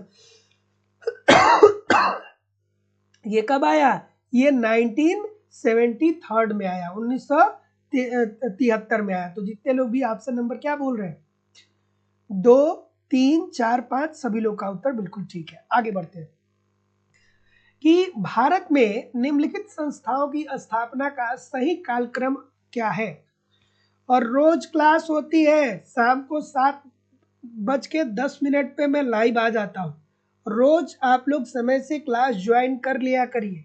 अगर जो आपने ठान लिया है कि आपको सरकारी नौकरी चाहिए, आपको आपको पढ़ना है, तो अपनी पूरी ऊर्जा लगा दीजिए, क्योंकि जिंदगी में आप वही प्राप्त करते हैं जहाँ पे सबसे ज़्यादा ऊर्जा आप लगाते हैं। ठीक है, तो अगर जो आपको रिक्वायरमेंट है, सबसे ज़्यादा रिक्वायरमेंट है कि हमें नौकरी करनी है, तो जब नौकरी करनी है तो नौकरी प्राप्त करने के लिए सबसे ज़्यादा समय आपको बिताना होगा। अगर जो आप शिक्षक बन जाएंगे, आप शिक्षिका बन जाएंगी, तो आपको कम से कम 6 घंटे तो पढ़ाने पड़ेंगे ना। तो जब स्कूल में 6 घंटे आपको पढ़ाने पड़ेंगे तो वहाँ आप कैसे समय निकालेंगे अगर जो आप यहाँ पे 6 घंटे नहीं पढ़ रहे हैं? तो 6 घंटे अगर जो आप पढ़ नहीं पा रहे हैं तो पढ़ा कैसे पाएंगे? तो अगर जो आपको शिक्षक बनना है तो उस अनुसार अपने आप को आप मैनेज करिए, अपने आप को ढालिए, है ना, मेहनत करिए। बिना मेहनत की जिंदगी में किसी को भी कुछ नहीं मिला है, आपको भी नहीं मिलेगा। बिना मेहनत के किसी को कुछ नहीं मिला है और आपको भी नहीं मिलेगा। और सच्ची मेहनत जिसने किया है, जिसने सही रूप में मेहनत किया है, उसका हाथ कभी खाली भी नहीं रहा। आज जितने भी सक्सेसफुल लोग हैं, जिसको भी आप अपनी ज़िंदगी में देखते होंगे कि ये बड़ी सक्सेसफुल है, तो आप एक बार ये भी देखिएगा कि उसने मेहनत कितना किया, है ना। तो अगर जो आप दृढ़ता के साथ, सच्ची लगन के साथ मेहनत करते हैं तो ज़िंदगी में कोई भी, किसी भी तरीके से आप असफल नहीं हो सकते। बस लगातार मेहनत जारी रखिए, तब तक जारी रखिए जब तक सफलता मिल नहीं जाती है। निश्चित तौर पे सफलता मिलेगी। चलिए, क्या उत्तर आ रहा है भाई? क्या उत्तर आ रहा है कि भारत में निम्नलिखित संस्थाओं की स्थापना का सही कालक्रम क्या है? तो चलिए बताइए। तो भारतीय औद्योगिक वित्त निगम, उद्योगों के संदर्भ में सबसे पुरानी संस्था यही तो है। और भारतीय औद्योगिक वित्त निगम कब हुई थी इसकी स्थापना? 1948 में हुई थी कि नहीं हुई थी? ठीक है। उसके बाद अगर जो बात करें भारतीय एक सेकेंड, भारतीय औद्योगिक वित्त निगम की बात करें तो ये सबसे पुरानी संस्था है 1948 में। ठीक है। उसके बाद भारतीय औद्योगिक विकास बैंक की बात करें तो भारतीय औद्योगिक विकास बैंक का अस्तित्व में आता है 1964 में अस्तित्व में आता है। उसके बाद हम बात करें राष्ट्रीय कृषि एवं ग्रामीण विकास बैंक अर्थात नाबार्ड की अगर जो बात करें तो 1982 में, ठीक है। और भारतीय लघु उद्योग विकास बैंक की बात करें तो ये 1990 में। तो अब आप सुमेलित कर लीजिएगा, सुमेलित कर रहे हैं तो 4 2 1 3 आ रहा है, सभी लोग का उत्तर यहाँ पे बिल्कुल ठीक हो जाएगा, ऑप्शन नंबर डी। तो याद रखिएगा कि भारतीय औद्योगिक वित्त निगम की स्थापना कब होती है? 1948 में। भारतीय लघु उद्योग बैंक की स्थापना कब होती है? 1990 में। भारतीय औद्योगिक विकास बैंक की स्थापना कब होती है? 1964 में। और भारतीय कृषि एवं ग्रामीण विकास बैंक की स्थापना कब होती है? 1982 में।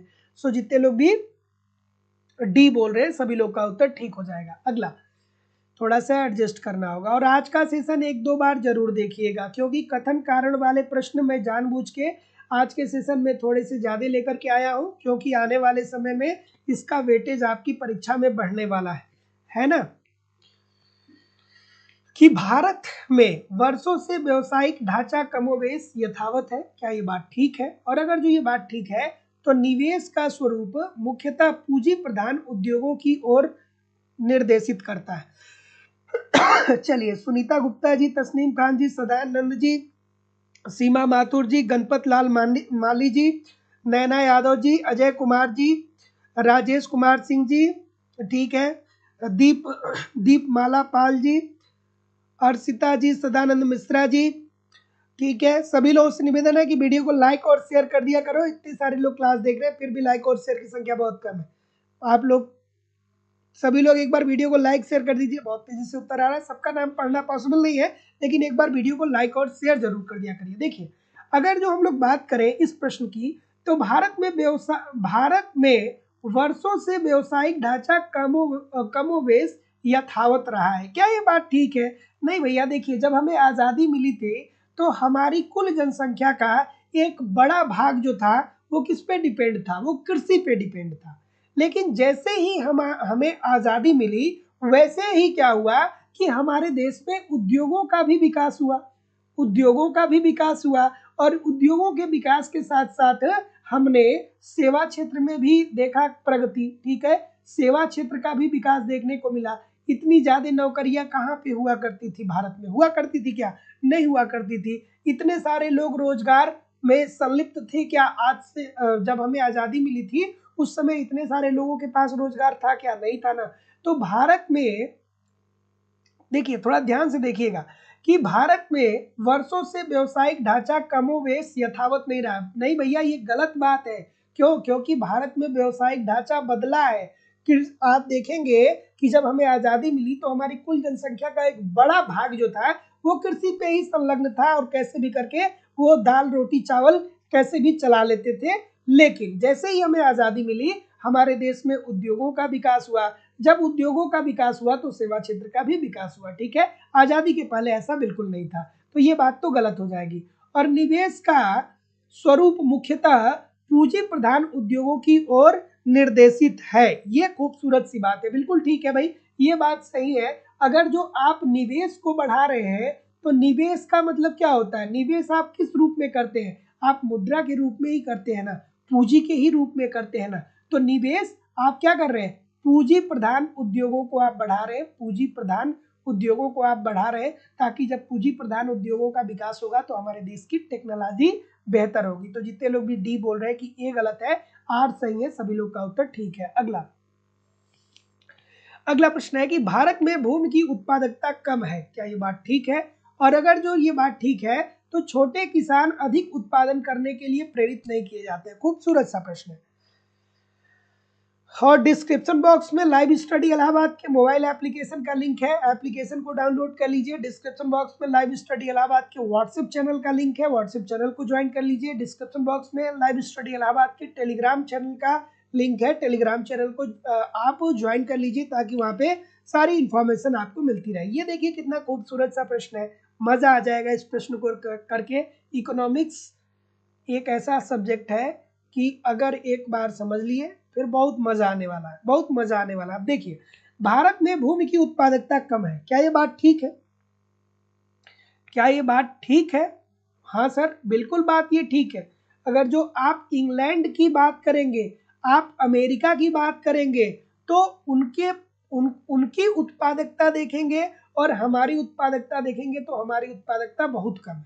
हमारे पास भले से हमारे पास भूमि की मात्रा ज्यादा है, लेकिन चूंकि टेक्नोलॉजी में पिछड़े होने के कारण हम अपनी उत्पादकता को नहीं बढ़ा पा रहे, कृषि में यांत्रिकरण हम नहीं ला पा रहे हैं। इस वजह से भारत में भूमि की उत्पादकता कम है। क्यों? क्योंकि एक तरफ तो हम टेक्नोलॉजी में पिछड़े हैं और दूसरी तरफ हमारे देश में निरक्षरता व्यापक पैमाने पे विद्यमान है। क्योंकि गाँव में आप देखिए जो किसान खेती करता है ना, चावल की बहुत सारी वैरायटी आती है, लेकिन गाँवों में लोग क्या करते हैं कि मोटा चावल बोते हैं। बहुत चावल की बहुत सारी वैरायटी आती है, ऐसी ऐसी चावल की वैरायटी आती है कि 100 रुपये पर केजी के हिसाब से भी चावल मार्केट में बिक जाएगा, ठीक है। लेकिन हमारे जो किसान हैं वो निरक्षर होने के कारण या उनके पास अच्छी टेक्नोलॉजी ना होने के कारण वो क्या करते हैं कि वो कृषि में उत्पादकता को नहीं बढ़ा पाते हैं, ठीक है। तो ये बात तो बिल्कुल ठीक है कि भारत में कृषि की उत्पादकता बिल्कुल कम है, ये बात बिल्कुल ठीक है। आगे देखते हैं कि छोटे किसान अधिक उत्पादन के लिए प्रेरित नहीं किए जा सकते हैं। क्या ये बात ठीक है? हाँ सर, ये बात भी ठीक है कि छोटे किसानों को आप अधिक उत्पादकता के लिए प्रेरित नहीं किए जा सकते कर सकते। जैसे मान लीजिए कि अगर जो आपके पास 2 कट्ठे की जमीन है या 1 बीघे की जमीन है, तो 1 बीघे की आपकी जमीन है, इस 1 बीघे की जमीन में आप क्या बड़े बड़े उपकरण का प्रयोग कर सकते हैं। अगर जो इसमें आपको कंपाइन मशीन लेकर के जानी है, ठीक है, जो गेहूं की कटाई करती है उसको लेकर के जाना है तो आप ले जाएंगे क्या? अगर जो आपको पंपिंग सेट खरीदना पड़े 1 एकड़ की सिंचाई के लिए तो आप खरीदेंगे क्या? नहीं खरीदेंगे। तो ऐसी स्थिति में अगर जो किसान छोटा है तो जाहिर सी बात है आप उसको उत्पादन के लिए बहुत प्रेरित नहीं कर सकते हैं, ठीक है। क्योंकि कोई किसान ऐसा नहीं करेगा कि 10 लाख रुपए का ट्रैक्टर खरीदेगा और उसके पास 1 एकड़ की भूमि है, उसी 1 एकड़ में 10 लाख रुपए की ट्रैक्टर का यूज करेगा, तो वो तो जीवन भर 10 लाख रुपए 1 एकड़ से निकाले नहीं पाएगा। तो जितने लोग भी ऑप्शन नंबर क्या बोल रहे हैं, बी बोल रहे हैं कि सर जी ए और आर दोनों ठीक है और आर ए का सही व्याख्या नहीं कर रहा है, सभी लोग का ठीक हो जाएगा। बी राइट आंसर होगा। इतने सारे लोग गलत कर रहे हैं, इतने सारे लोग क्यों गलत कर रहे हैं भाई? इजी सी बात है, नहीं समझ में आ रही है क्या बात? तो भारत में भूमि की उत्पादकता कम है, जाहिर सी बात है भाई, यहाँ पे निरक्षरता ज्यादा है, टेक्नोलॉजी बहुत उच्च है नहीं, तो उत्पादकता तो कम ही है, ठीक है। और छोटे किसान अधिक उत्पादन के लिए प्रेरित नहीं किए जा सकते हैं, बात ये भी ठीक है, क्योंकि कृषि में यांत्रिकरण संभव नहीं है, कृषि में यांत्रिकरण संभव नहीं है। तो जितने लोग भी बी बोल रहे हैं सभी लोग का उत्तर बिल्कुल ठीक हो जाएगा। अगला, कि कोई व्यवसाय प्रतिष्ठान प्रतिस्पर्धा बाजार में कीमत प्राप्त करते हैं, क्या ये बात ठीक है? और अगर जो ये बात ठीक है तो कारण दिया गया है कि कीमत का निर्धारण उद्योग के कुल मांग वक्र के पूर्ति वक्र से प्रतिच्छेदन बिंदु द्वारा होता है। कितना खूबसूरत सा प्रश्न है। अगर जो पूर्ण प्रतियोगिता को पढ़ा होगा तो इस प्रश्न को देखने की जरूरत ही नहीं पड़ेगी। पूर्ण प्रतियोगिता को आपने अगर जो पढ़ा होगा तो इस प्रश्न को बहुत ज्यादा समझने की जरूरत ही नहीं होगी। क्यों नहीं होगी? क्योंकि आपको पता होना चाहिए कि ये रहा उद्योग। पूर्ण प्रतियोगिता के अंतर्गत पूर्ण प्रतियोगिता क्या होता है? पूर्ण प्रतियोगिता बाजार की एक ऐसी स्थिति होती है जिसमें बहुत सारे क्रेता होते हैं, बहुत सारे विक्रेता होते हैं, समरूप वस्तु का उत्पादन होता है। अगर जो पूर्ण प्रतियोगिता की बात करें, पूर्ण प्रतियोगिता की बात करें तो पूर्ण प्रतियोगिता में क्या होता है? अनेक क्रेता अनेक विक्रेता, अनेक क्रेता व अनेक विक्रेता होते हैं, मतलब बहुत सारे खरीदने वाले होते हैं और बहुत सारे बेचने वाले होते हैं। समरूप वस्तु का उत्पादन होता है, जैसे एक जैसी वस्तुओं का उत्पादन होता है। क्रेता और विक्रेता को बाजार का ज्ञान होता है, बिल्कुल ठीक है। मांग व पूर्ति की शक्तियों के आधार पर कीमतों का निर्धारण उद्योग के माध्यम से होता है, ये भी बात आपको पता होनी चाहिए। और पूर्ण प्रतियोगिता के अंतर्गत कोई एक फर्म कीमत पर कोई असर नहीं डाल सकती है। पूर्ण प्रतियोगिता के अंतर्गत चूंकि कीमतों का निर्धारण मांग व पूर्ति की शक्तियों के आधार पर उद्योग के द्वारा होता है, तो इस वजह से कोई एक फर्म कीमतों पर असर नहीं डाल सकती है। तो मैं क्या बता रहा था कि पूर्ण प्रतियोगिता के अंतर्गत कीमतों का निर्धारण मांग और पूर्ति की शक्तियों के आधार पर उद्योग के द्वारा होता है। तो इस कीमत पर एक व्यक्तिगत फर्म जितने चाहे प्रोडक्ट को मार्केट में बेच सकती है। अर्थात ये पूर्ण प्रतियोगिता के अंतर्गत उद्योग के द्वारा जो कीमतों का निर्धारण हुआ है, इस प्राइस पे कोई एक फर्म, ये उद्योग हो गया और ये एक फर्म हो गया, ठीक है, ये एक फर्म हो गया Q1, Q2, Q3, किसी भी क्वांटिटी को ये बेच सकता है किसके द्वारा निर्धारित कीमत पर? जो उद्योग के द्वारा निर्धारित हुआ है। ठीक है, तो क्या उत्तर आ रहा है कि कोई व्यवसाय प्रतिष्ठान प्रतिस्पर्धी बाजार में कीमत प्राप्त करता है, बिल्कुल ठीक है। और कीमत का निर्धारण उद्योग के कुल मांग वक्र के पूर्ति पक्ष के प्रतिच्छेदन द्वारा होता है। तो जितने लोग भी ए बोल रहे हैं कि सर जी ए और आर दोनों सही है और आर ए की सही व्याख्या भी कर रहा है, सभी लोग का उत्तर ठीक है। अगला कि उत्पादन के अवसर लागत होती है। और देखिए, जो लोग भी अभी तक एप्लीकेशन पे कॉन्सेप्ट की क्लास नहीं ज्वाइन किए हैं, आप यथाशीघ्र ज्वाइन कर सकते हैं। मैं बार बार बोल रहा हूँ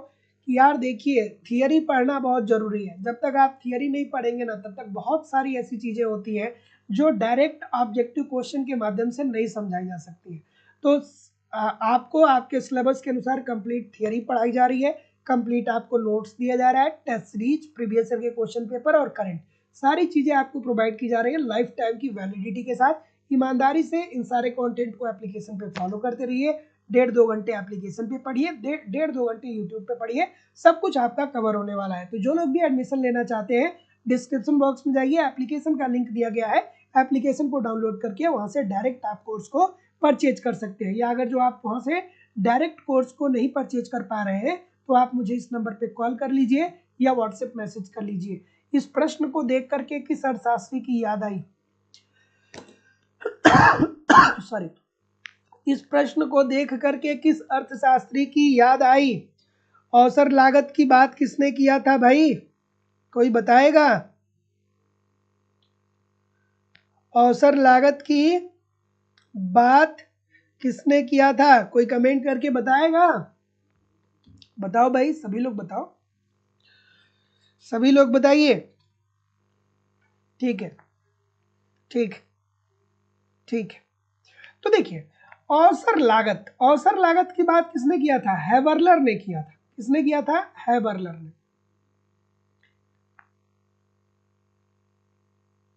हैबरलर ने किया था। और हैबरलर ने कहा था कि अवसर लागत का मतलब ये होता है कि जैसे मान लीजिए कि कोई एक कंपनी है, तो उस कंपनी के पास उत्पादन के साधन है, लेकिन वर्तमान में वो जिस वस्तु का उत्पादन कर रहा है, किसी कारणवश उस वस्तु की मांग अर्थव्यवस्था में कम हो जाती है। तो ऐसी स्थिति में वह फर्म उसी उत्पादन के साधन से किसी ऐसे वस्तु का उत्पादन करेगा जिसकी मांग अर्थव्यवस्था में विद्यमान हो। जैसे कोविड के समय में, आसान भाषा में समझिए, जैसे कोविड के समय में आपने देखा कि सभी शॉपिंग मॉल बंद हो गए। जब शॉपिंग मॉल बंद हो गए तो कपड़ा बनाने वाली जो कंपनियां थी, उनके पास उत्पादन के तो साधन थे, लेकिन उनकी वस्तुओं की मांग अर्थव्यवस्था में घट गई। तो अब इन्होंने क्या किया कि देखा कि भैया ठीक है, हमारे पास टेक्नोलॉजी तो है, लेकिन हमारे वस्तु की मांग, कपड़े की मांग अर्थव्यवस्था में नहीं है। तो उन्होंने देखा किस चीज की मांग है, तो उन्होंने देखा कि मास्क की मांग है। मास्क की मांग है। तो बड़ी बड़ी कंपनियों ने, बहुत बड़ी बड़ी कंपनियों ने कपड़ा बनाने की जगह पे मास्क बनाना प्रारंभ किया। और मास्क बना करके उन्होंने क्या किया कि मास्क को बेच करके उन्होंने बहुत सारा लाभ कमाया। तो यही होता है अवसर लागत। तो अवसर लागत की अवधारणा किसने दिया था? हैबरलर ने दिया था। अवसर लागत होता क्या है? तो मान लीजिए कि कोई एक कंपनी है या कोई एक फर्म है, वो किसी वस्तु का उत्पादन कर रही है, लेकिन जिस वस्तु का वो उत्पादन कर रही है, ऑटोमेटिक अर्थव्यवस्था में उसकी मांग नीचे गिर जाए, मतलब उसकी मांग हो ही ना, तो वो फर्म अपने उन्हीं उत्पादन के साधनों से किसी ऐसे वस्तु का उत्पादन करेगा जिसकी मांग अर्थव्यवस्था में विद्यमान होगी। इसे ही अवसर लागत कहा जाता है। तो जितने लोग भी ऑप्शन नंबर सी बोल रहे हैं कि वह जो कुछ सर्वोत्तम विकल्प प्रयोग में अर्जित कर सकता है। अगला, यदि कोई विक्रेता विशेष किसी पूर्ण प्रतियोगिता बाजार में अपनी बिक्री 2 गुना करना चाहता है, तो उसे क्या करना चाहिए? देखिए कितना खूबसूरत सा प्रश्न। सभी लोग लाइक और शेयर तो कर दिया करिए। सुनीता गुप्ता जी, सीमा माथुर जी, बुद्धराज जी, राम सुख चक्रवर्ती जी, ठीक है, अजय जी, राजेश कुमार सिंह जी, गणपत लाल माली जी, पारस कुमार जी, ठीक है, भगवंती जी, मालती सोलंकी जी, जितने लोग भी जुड़े यार सभी लोग वीडियो को लाइक और शेयर कर दीजिए। अब देखिए कितना खूबसूरत सा प्रश्न है, कितना खूबसूरत सा प्रश्न है। अभी आपको मैंने बताया कि पूर्ण प्रतियोगिता के अंतर्गत कीमतों का निर्धारण मांग और पूर्ति की शक्तियों के आधार पे उद्योग करता है। पूर्ण प्रतियोगिता के अंतर्गत कीमतों का निर्धारण मांग व पूर्ति की शक्तियों के आधार पे उद्योग करता है, और इसी कीमत पे, इसी प्राइस पे एक फर्म जितने चाहे प्रोडक्ट को मार्केट में बेच सकती है। कोई एक फर्म जितने चाहे प्रोडक्ट को मार्केट में बेच सकती है। ठीक है, तो अब बताइए अब क्या करना होगा भाई, अब क्या करना होगा? ठीक है, सब गलत कर रहे हैं। कहाँ दिमाग है? बी वालों दिमाग कहाँ है? बी वालों जितने भी बी बोल रहे हो, आपका दिमाग कहाँ है? नहीं कंसंट्रेट हो पा रहा है दिमाग? हाँ, बी क्यों बोल रहे हो भाई? बी क्यों बोल रहे हैं? अभी तो मैं आपको 3-4 बार बताया हूं कि पूर्ण प्रतियोगिता के अंतर्गत कोई एक फर्म के हाथ में कुछ नहीं होता है।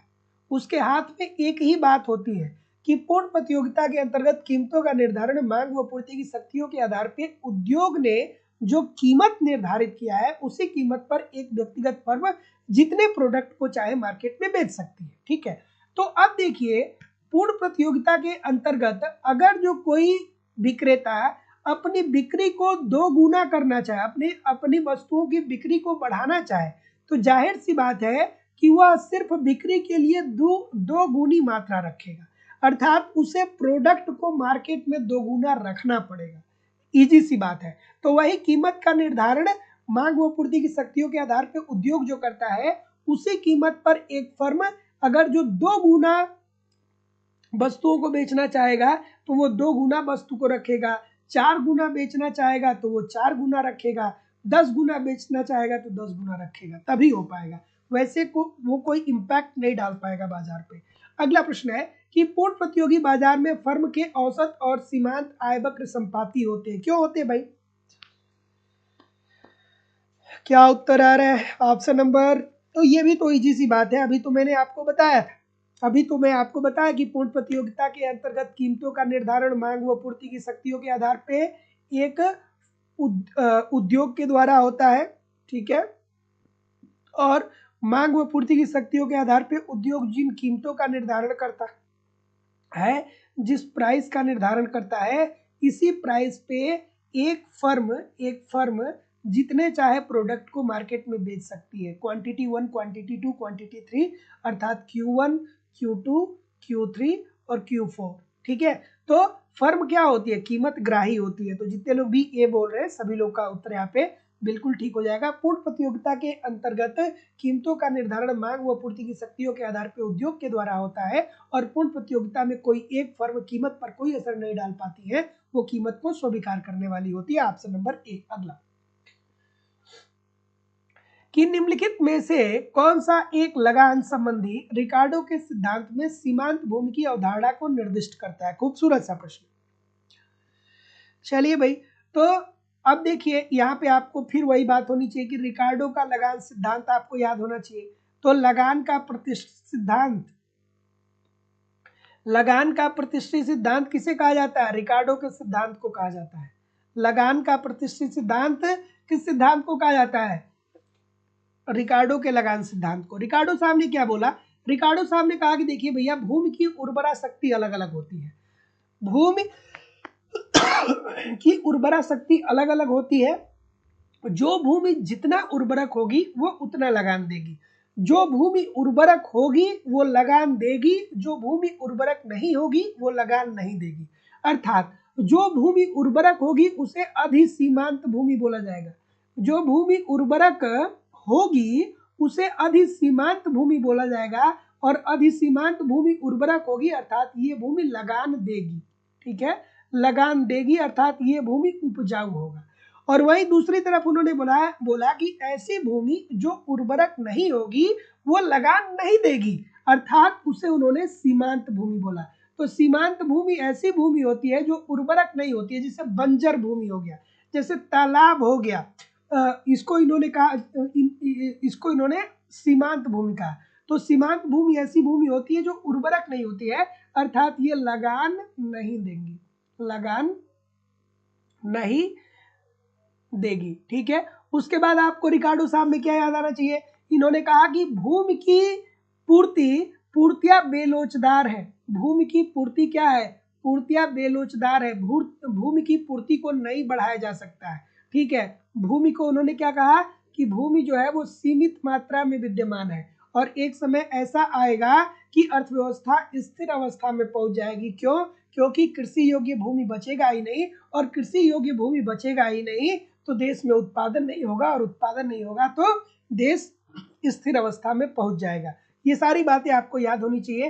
तो जितने लोग भी बी बोल रहे हैं कि वह लगान रहित भूमि है क्योंकि वह उत्पादन के ऊपर कोई अधिशेष उत्पन्न नहीं करता, अर्थात यही सीमांत भूमि की मैं बात कर रहा था कि वह लगान रहित भूमि है क्योंकि वह उत्पादन लागत के ऊपर कोई अधिशेष उत्पन्न नहीं करता है। अगला कि फ्रैंक नाइट के अनुसार लाभ। अब देखिए, फ्रैंक नाइट साहब एक अर्थशास्त्री हुए और उन्होंने एक बहुत ही खूबसूरत सी बात कही थी। कौन सी बात कही थी, थोड़ा बताइए मुझे कमेंट करके। क्या उत्तर आ रहा है भाई? ऑप्शन नंबर बिल्कुल ठीक है, ठीक है। तो नाइट साहब ने क्या बोला था भाई, तो नाइट ने कहा था कि देखिए भैया, एक उद्यमी होता है ना, तो जब वो किसी वस्तु का उत्पादन करने जाता है तो वो अनिश्चित होता है कि भैया अगर जो हम कोई एक दुकान खोलने जा रहे हैं या हम किसी वस्तु का उत्पादन करने जा रहे हैं तो इसमें अगर जो 10 लाख रुपए हम लगाएंगे तो ऐसा भी हो सकता है कि भविष्य में हमें लाभ मिल जाए, और ऐसा भी हो सकता है कि भविष्य में हमको नुकसान हो जाए, हमारी वस्तु बिके ही नहीं। तो एक उद्यमी जब किसी वस्तु का उत्पादन करने जाता है तो वो अनसर्टेन होता है, अनिश्चित होता है, लेकिन इसके बावजूद भी जब वो निवेश करता है और इस निवेश के प्रतिफल के रूप में जब भविष्य में वो लाभ कमाता है तो वो क्या होता है, यही अनिश्चितता वहन करने का पुरस्कार प्राप्त करता है। अर्थात फ्रैंक नाइट ने कहा कि एक उद्यमी जब किसी वस्तु का उत्पादन करने जाता है तो वो अनसर्टेन होता है कि भविष्य में हमें लाभ भी मिल सकता है, हानि भी हो सकती है, लेकिन इसके बावजूद भी वो निवेश करता है, उत्पादन करता है और वस्तुओं को मार्केट में बेचता है, और इसी अनिश्चितता वहन करने के परिणाम स्वरूप ही पुरस्कार के रूप में उसे लाभ प्राप्त होता है। तो जितने लोग भी बी बोल रहे हैं सभी लोग का उत्तर यहाँ पे बिल्कुल ठीक हो जाएगा। अगला कि पेरेटो इष्टतम की बात हो रही है। अब देखिए, कल्याणकारी अर्थशास्त्र जो लोग पढ़े होंगे उनको पता होगा, जो लोग नहीं पढ़े होंगे उनको नहीं पता होगा। तो कल्याणकारी अर्थशास्त्र की वह शाखा है जिसके अंतर्गत मानव के आर्थिक कल्याण का अध्ययन किया जाता है। सबसे पहले हम लोग वहाँ पे पीगू को सबसे पहले हम लोग वहाँ पे मार्शल को पढ़ते हैं, पीगू को पढ़ते हैं, फिर पेरेटो को पढ़ते हैं, फिर हिक्स सिटोवास्की को पढ़ते हैं, फिर एलन को पढ़ते हैं, बहुत सारे अर्थशास्त्रियों को पढ़ते हैं। क्या उत्तर आ रहा है भाई? ऑप्शन नंबर ठीक है, चलिए बी बोल रहे। तो पेरेटो साहब ने क्या बोला था, पेरेटो साहब ने ये कहा था कि देखिए, कोई परिवर्तन जो एक व्यक्ति को अधिक खुशहाल बनाता है वह दूसरे को बदतर स्थिति में पहुंचा देता है। तो पेरेटो अनुकूलतम जब आप पढ़ेंगे तो पेरेटो साहब ने कहा था कि देखिए भैया, अगर जो दो व्यक्ति हैं, व्यक्ति ए और व्यक्ति बी, तो अगर जो व्यक्ति ए को लाभ पहुंचाना है ना तो व्यक्ति बी को नुकसान पहुंचाना पड़ेगा, तभी जाकर के ए को लाभ होगा। लेकिन जब बाद में इनके बाद हिक्स और सिटोवास्की आते हैं तो कहते हैं नहीं भैया, हम ए को लाभ भी पहुंचा देंगे और बी की क्षतिपूर्ति भी कर देंगे। So option number B. अगला, ऐसी अर्थव्यवस्था में जहां लोग हमेशा किसी अतिरिक्त आय के आधे का उपभोग करते हैं, खूबसूरत सा प्रश्न है, मजा आएगा, दूसरे आधे का बचत करते हैं, जहां पे 20,000 रुपए का कोई अतिरिक्त सरकारी व्यय सृजित कर सकता है। अच्छा सा प्रश्न है। अब यहाँ पे दो तीन बातें आपको ध्यान में रखनी होंगी, दो तीन बातें आपको ध्यान में रखनी होगी। क्या याद रखनी होगी कि अतिरिक्त आय के आधे भाग का उपभोग करता है। आधे भाग के उपभोग करने का मतलब कि एमपीसी का मान कितना दिया गया है, एमपीसी का मान 0.5 दे दिया गया है, ठीक है, और एमपीएस का मान कितना हो जाएगा, और दूसरे आधे का बचत करते हैं, अर्थात एमपीएस का मान क्या हो जाएगा, एमपीएस का मान क्या हो जाएगा, ये भी 0.5 हो जाएगा। अब बहुत सारे लोग को गुणक पता ही नहीं होगा, तो k इज इक्वल टू क्या होता है, कई बार बताया हो कि k इज इक्वल टू क्या होता है, गुणक is equal to 1/1 minus MPC, या k इज इक्वल टू 1/1 ये नहीं पता है तो यार पढ़िए कॉन्सेप्ट, थियरी पढ़िए, जरूर पढ़िए, क्योंकि हो नहीं पाएगा बिना थियरी पढ़े ठीक से। तो अब आइए इसी फॉर्मूले में इसको रखते हैं, तो k इज इक्वल टू क्या होगा, 1/1 माइनस एमपीसी, ठीक है, और एमपीसी का मान कितना दिया है 0.5, तो k is equal to 1/1 minus 0.5, तो k का मान यहाँ से निकाल लेंगे, तो k का मान क्या आ जाएगा 1/0.5, तो इस k का मान क्या आ जाएगा 2 आ जाएगा, k का मान कितना आ जाएगा 2 आ जाएगा।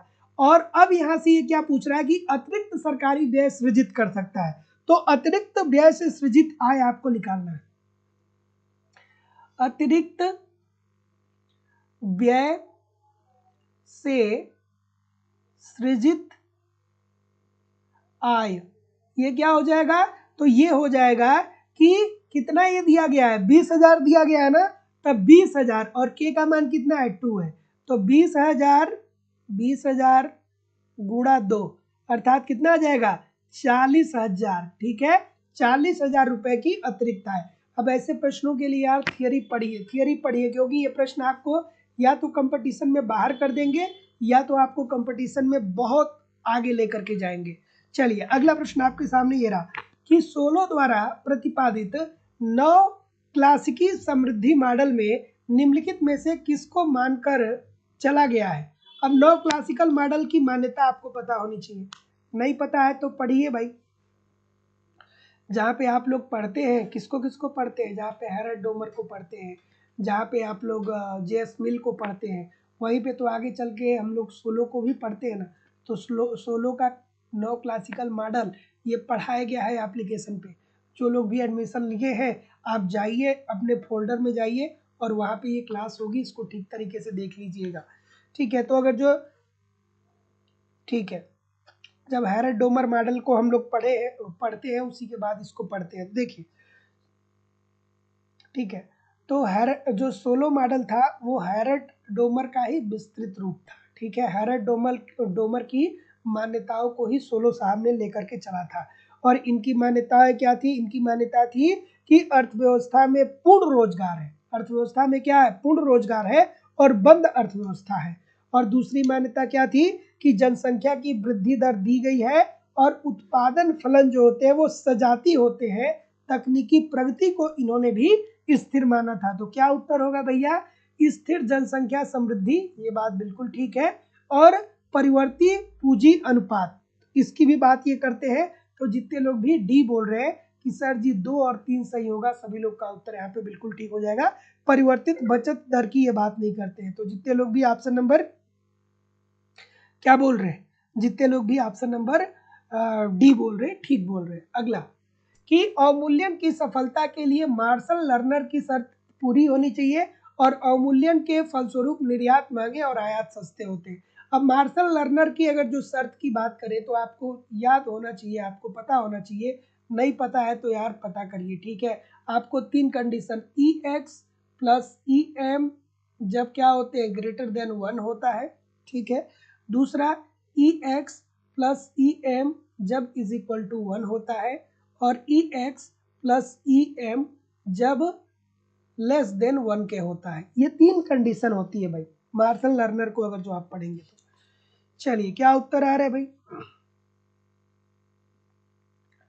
तो ये वाली जो कंडीशन है वो क्या करेगी, वो अर्थव्यवस्था को लाभ पहुंचाएगी, अर्थात व्यापार से अर्थव्यवस्था को क्या होगा लाभ होगा, ठीक है। अर्थात व्यापार शर्त अनुकूल होगी उस देश के लिए जब EX plus EM greater than 1 के होगा।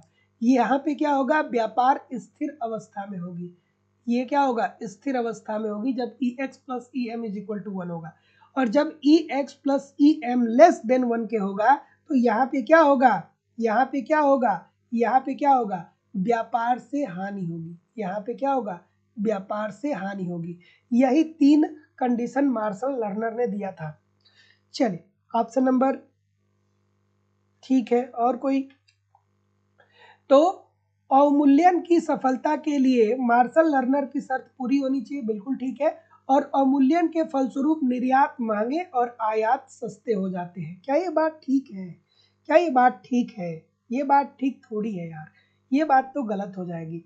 जब कोई देश अवमूल्यन करता है, इजी सी बात है, जब कोई देश अवमूल्यन करता है तो अवमूल्यन करने के कारण मुद्रा का बाह्य मूल्य कम हो जाता है। मुद्रा का बाह्य मूल्य क्या हो जाता है? कम हो जाता है। मुद्रा का बाह्य मूल्य कम हो जाता है।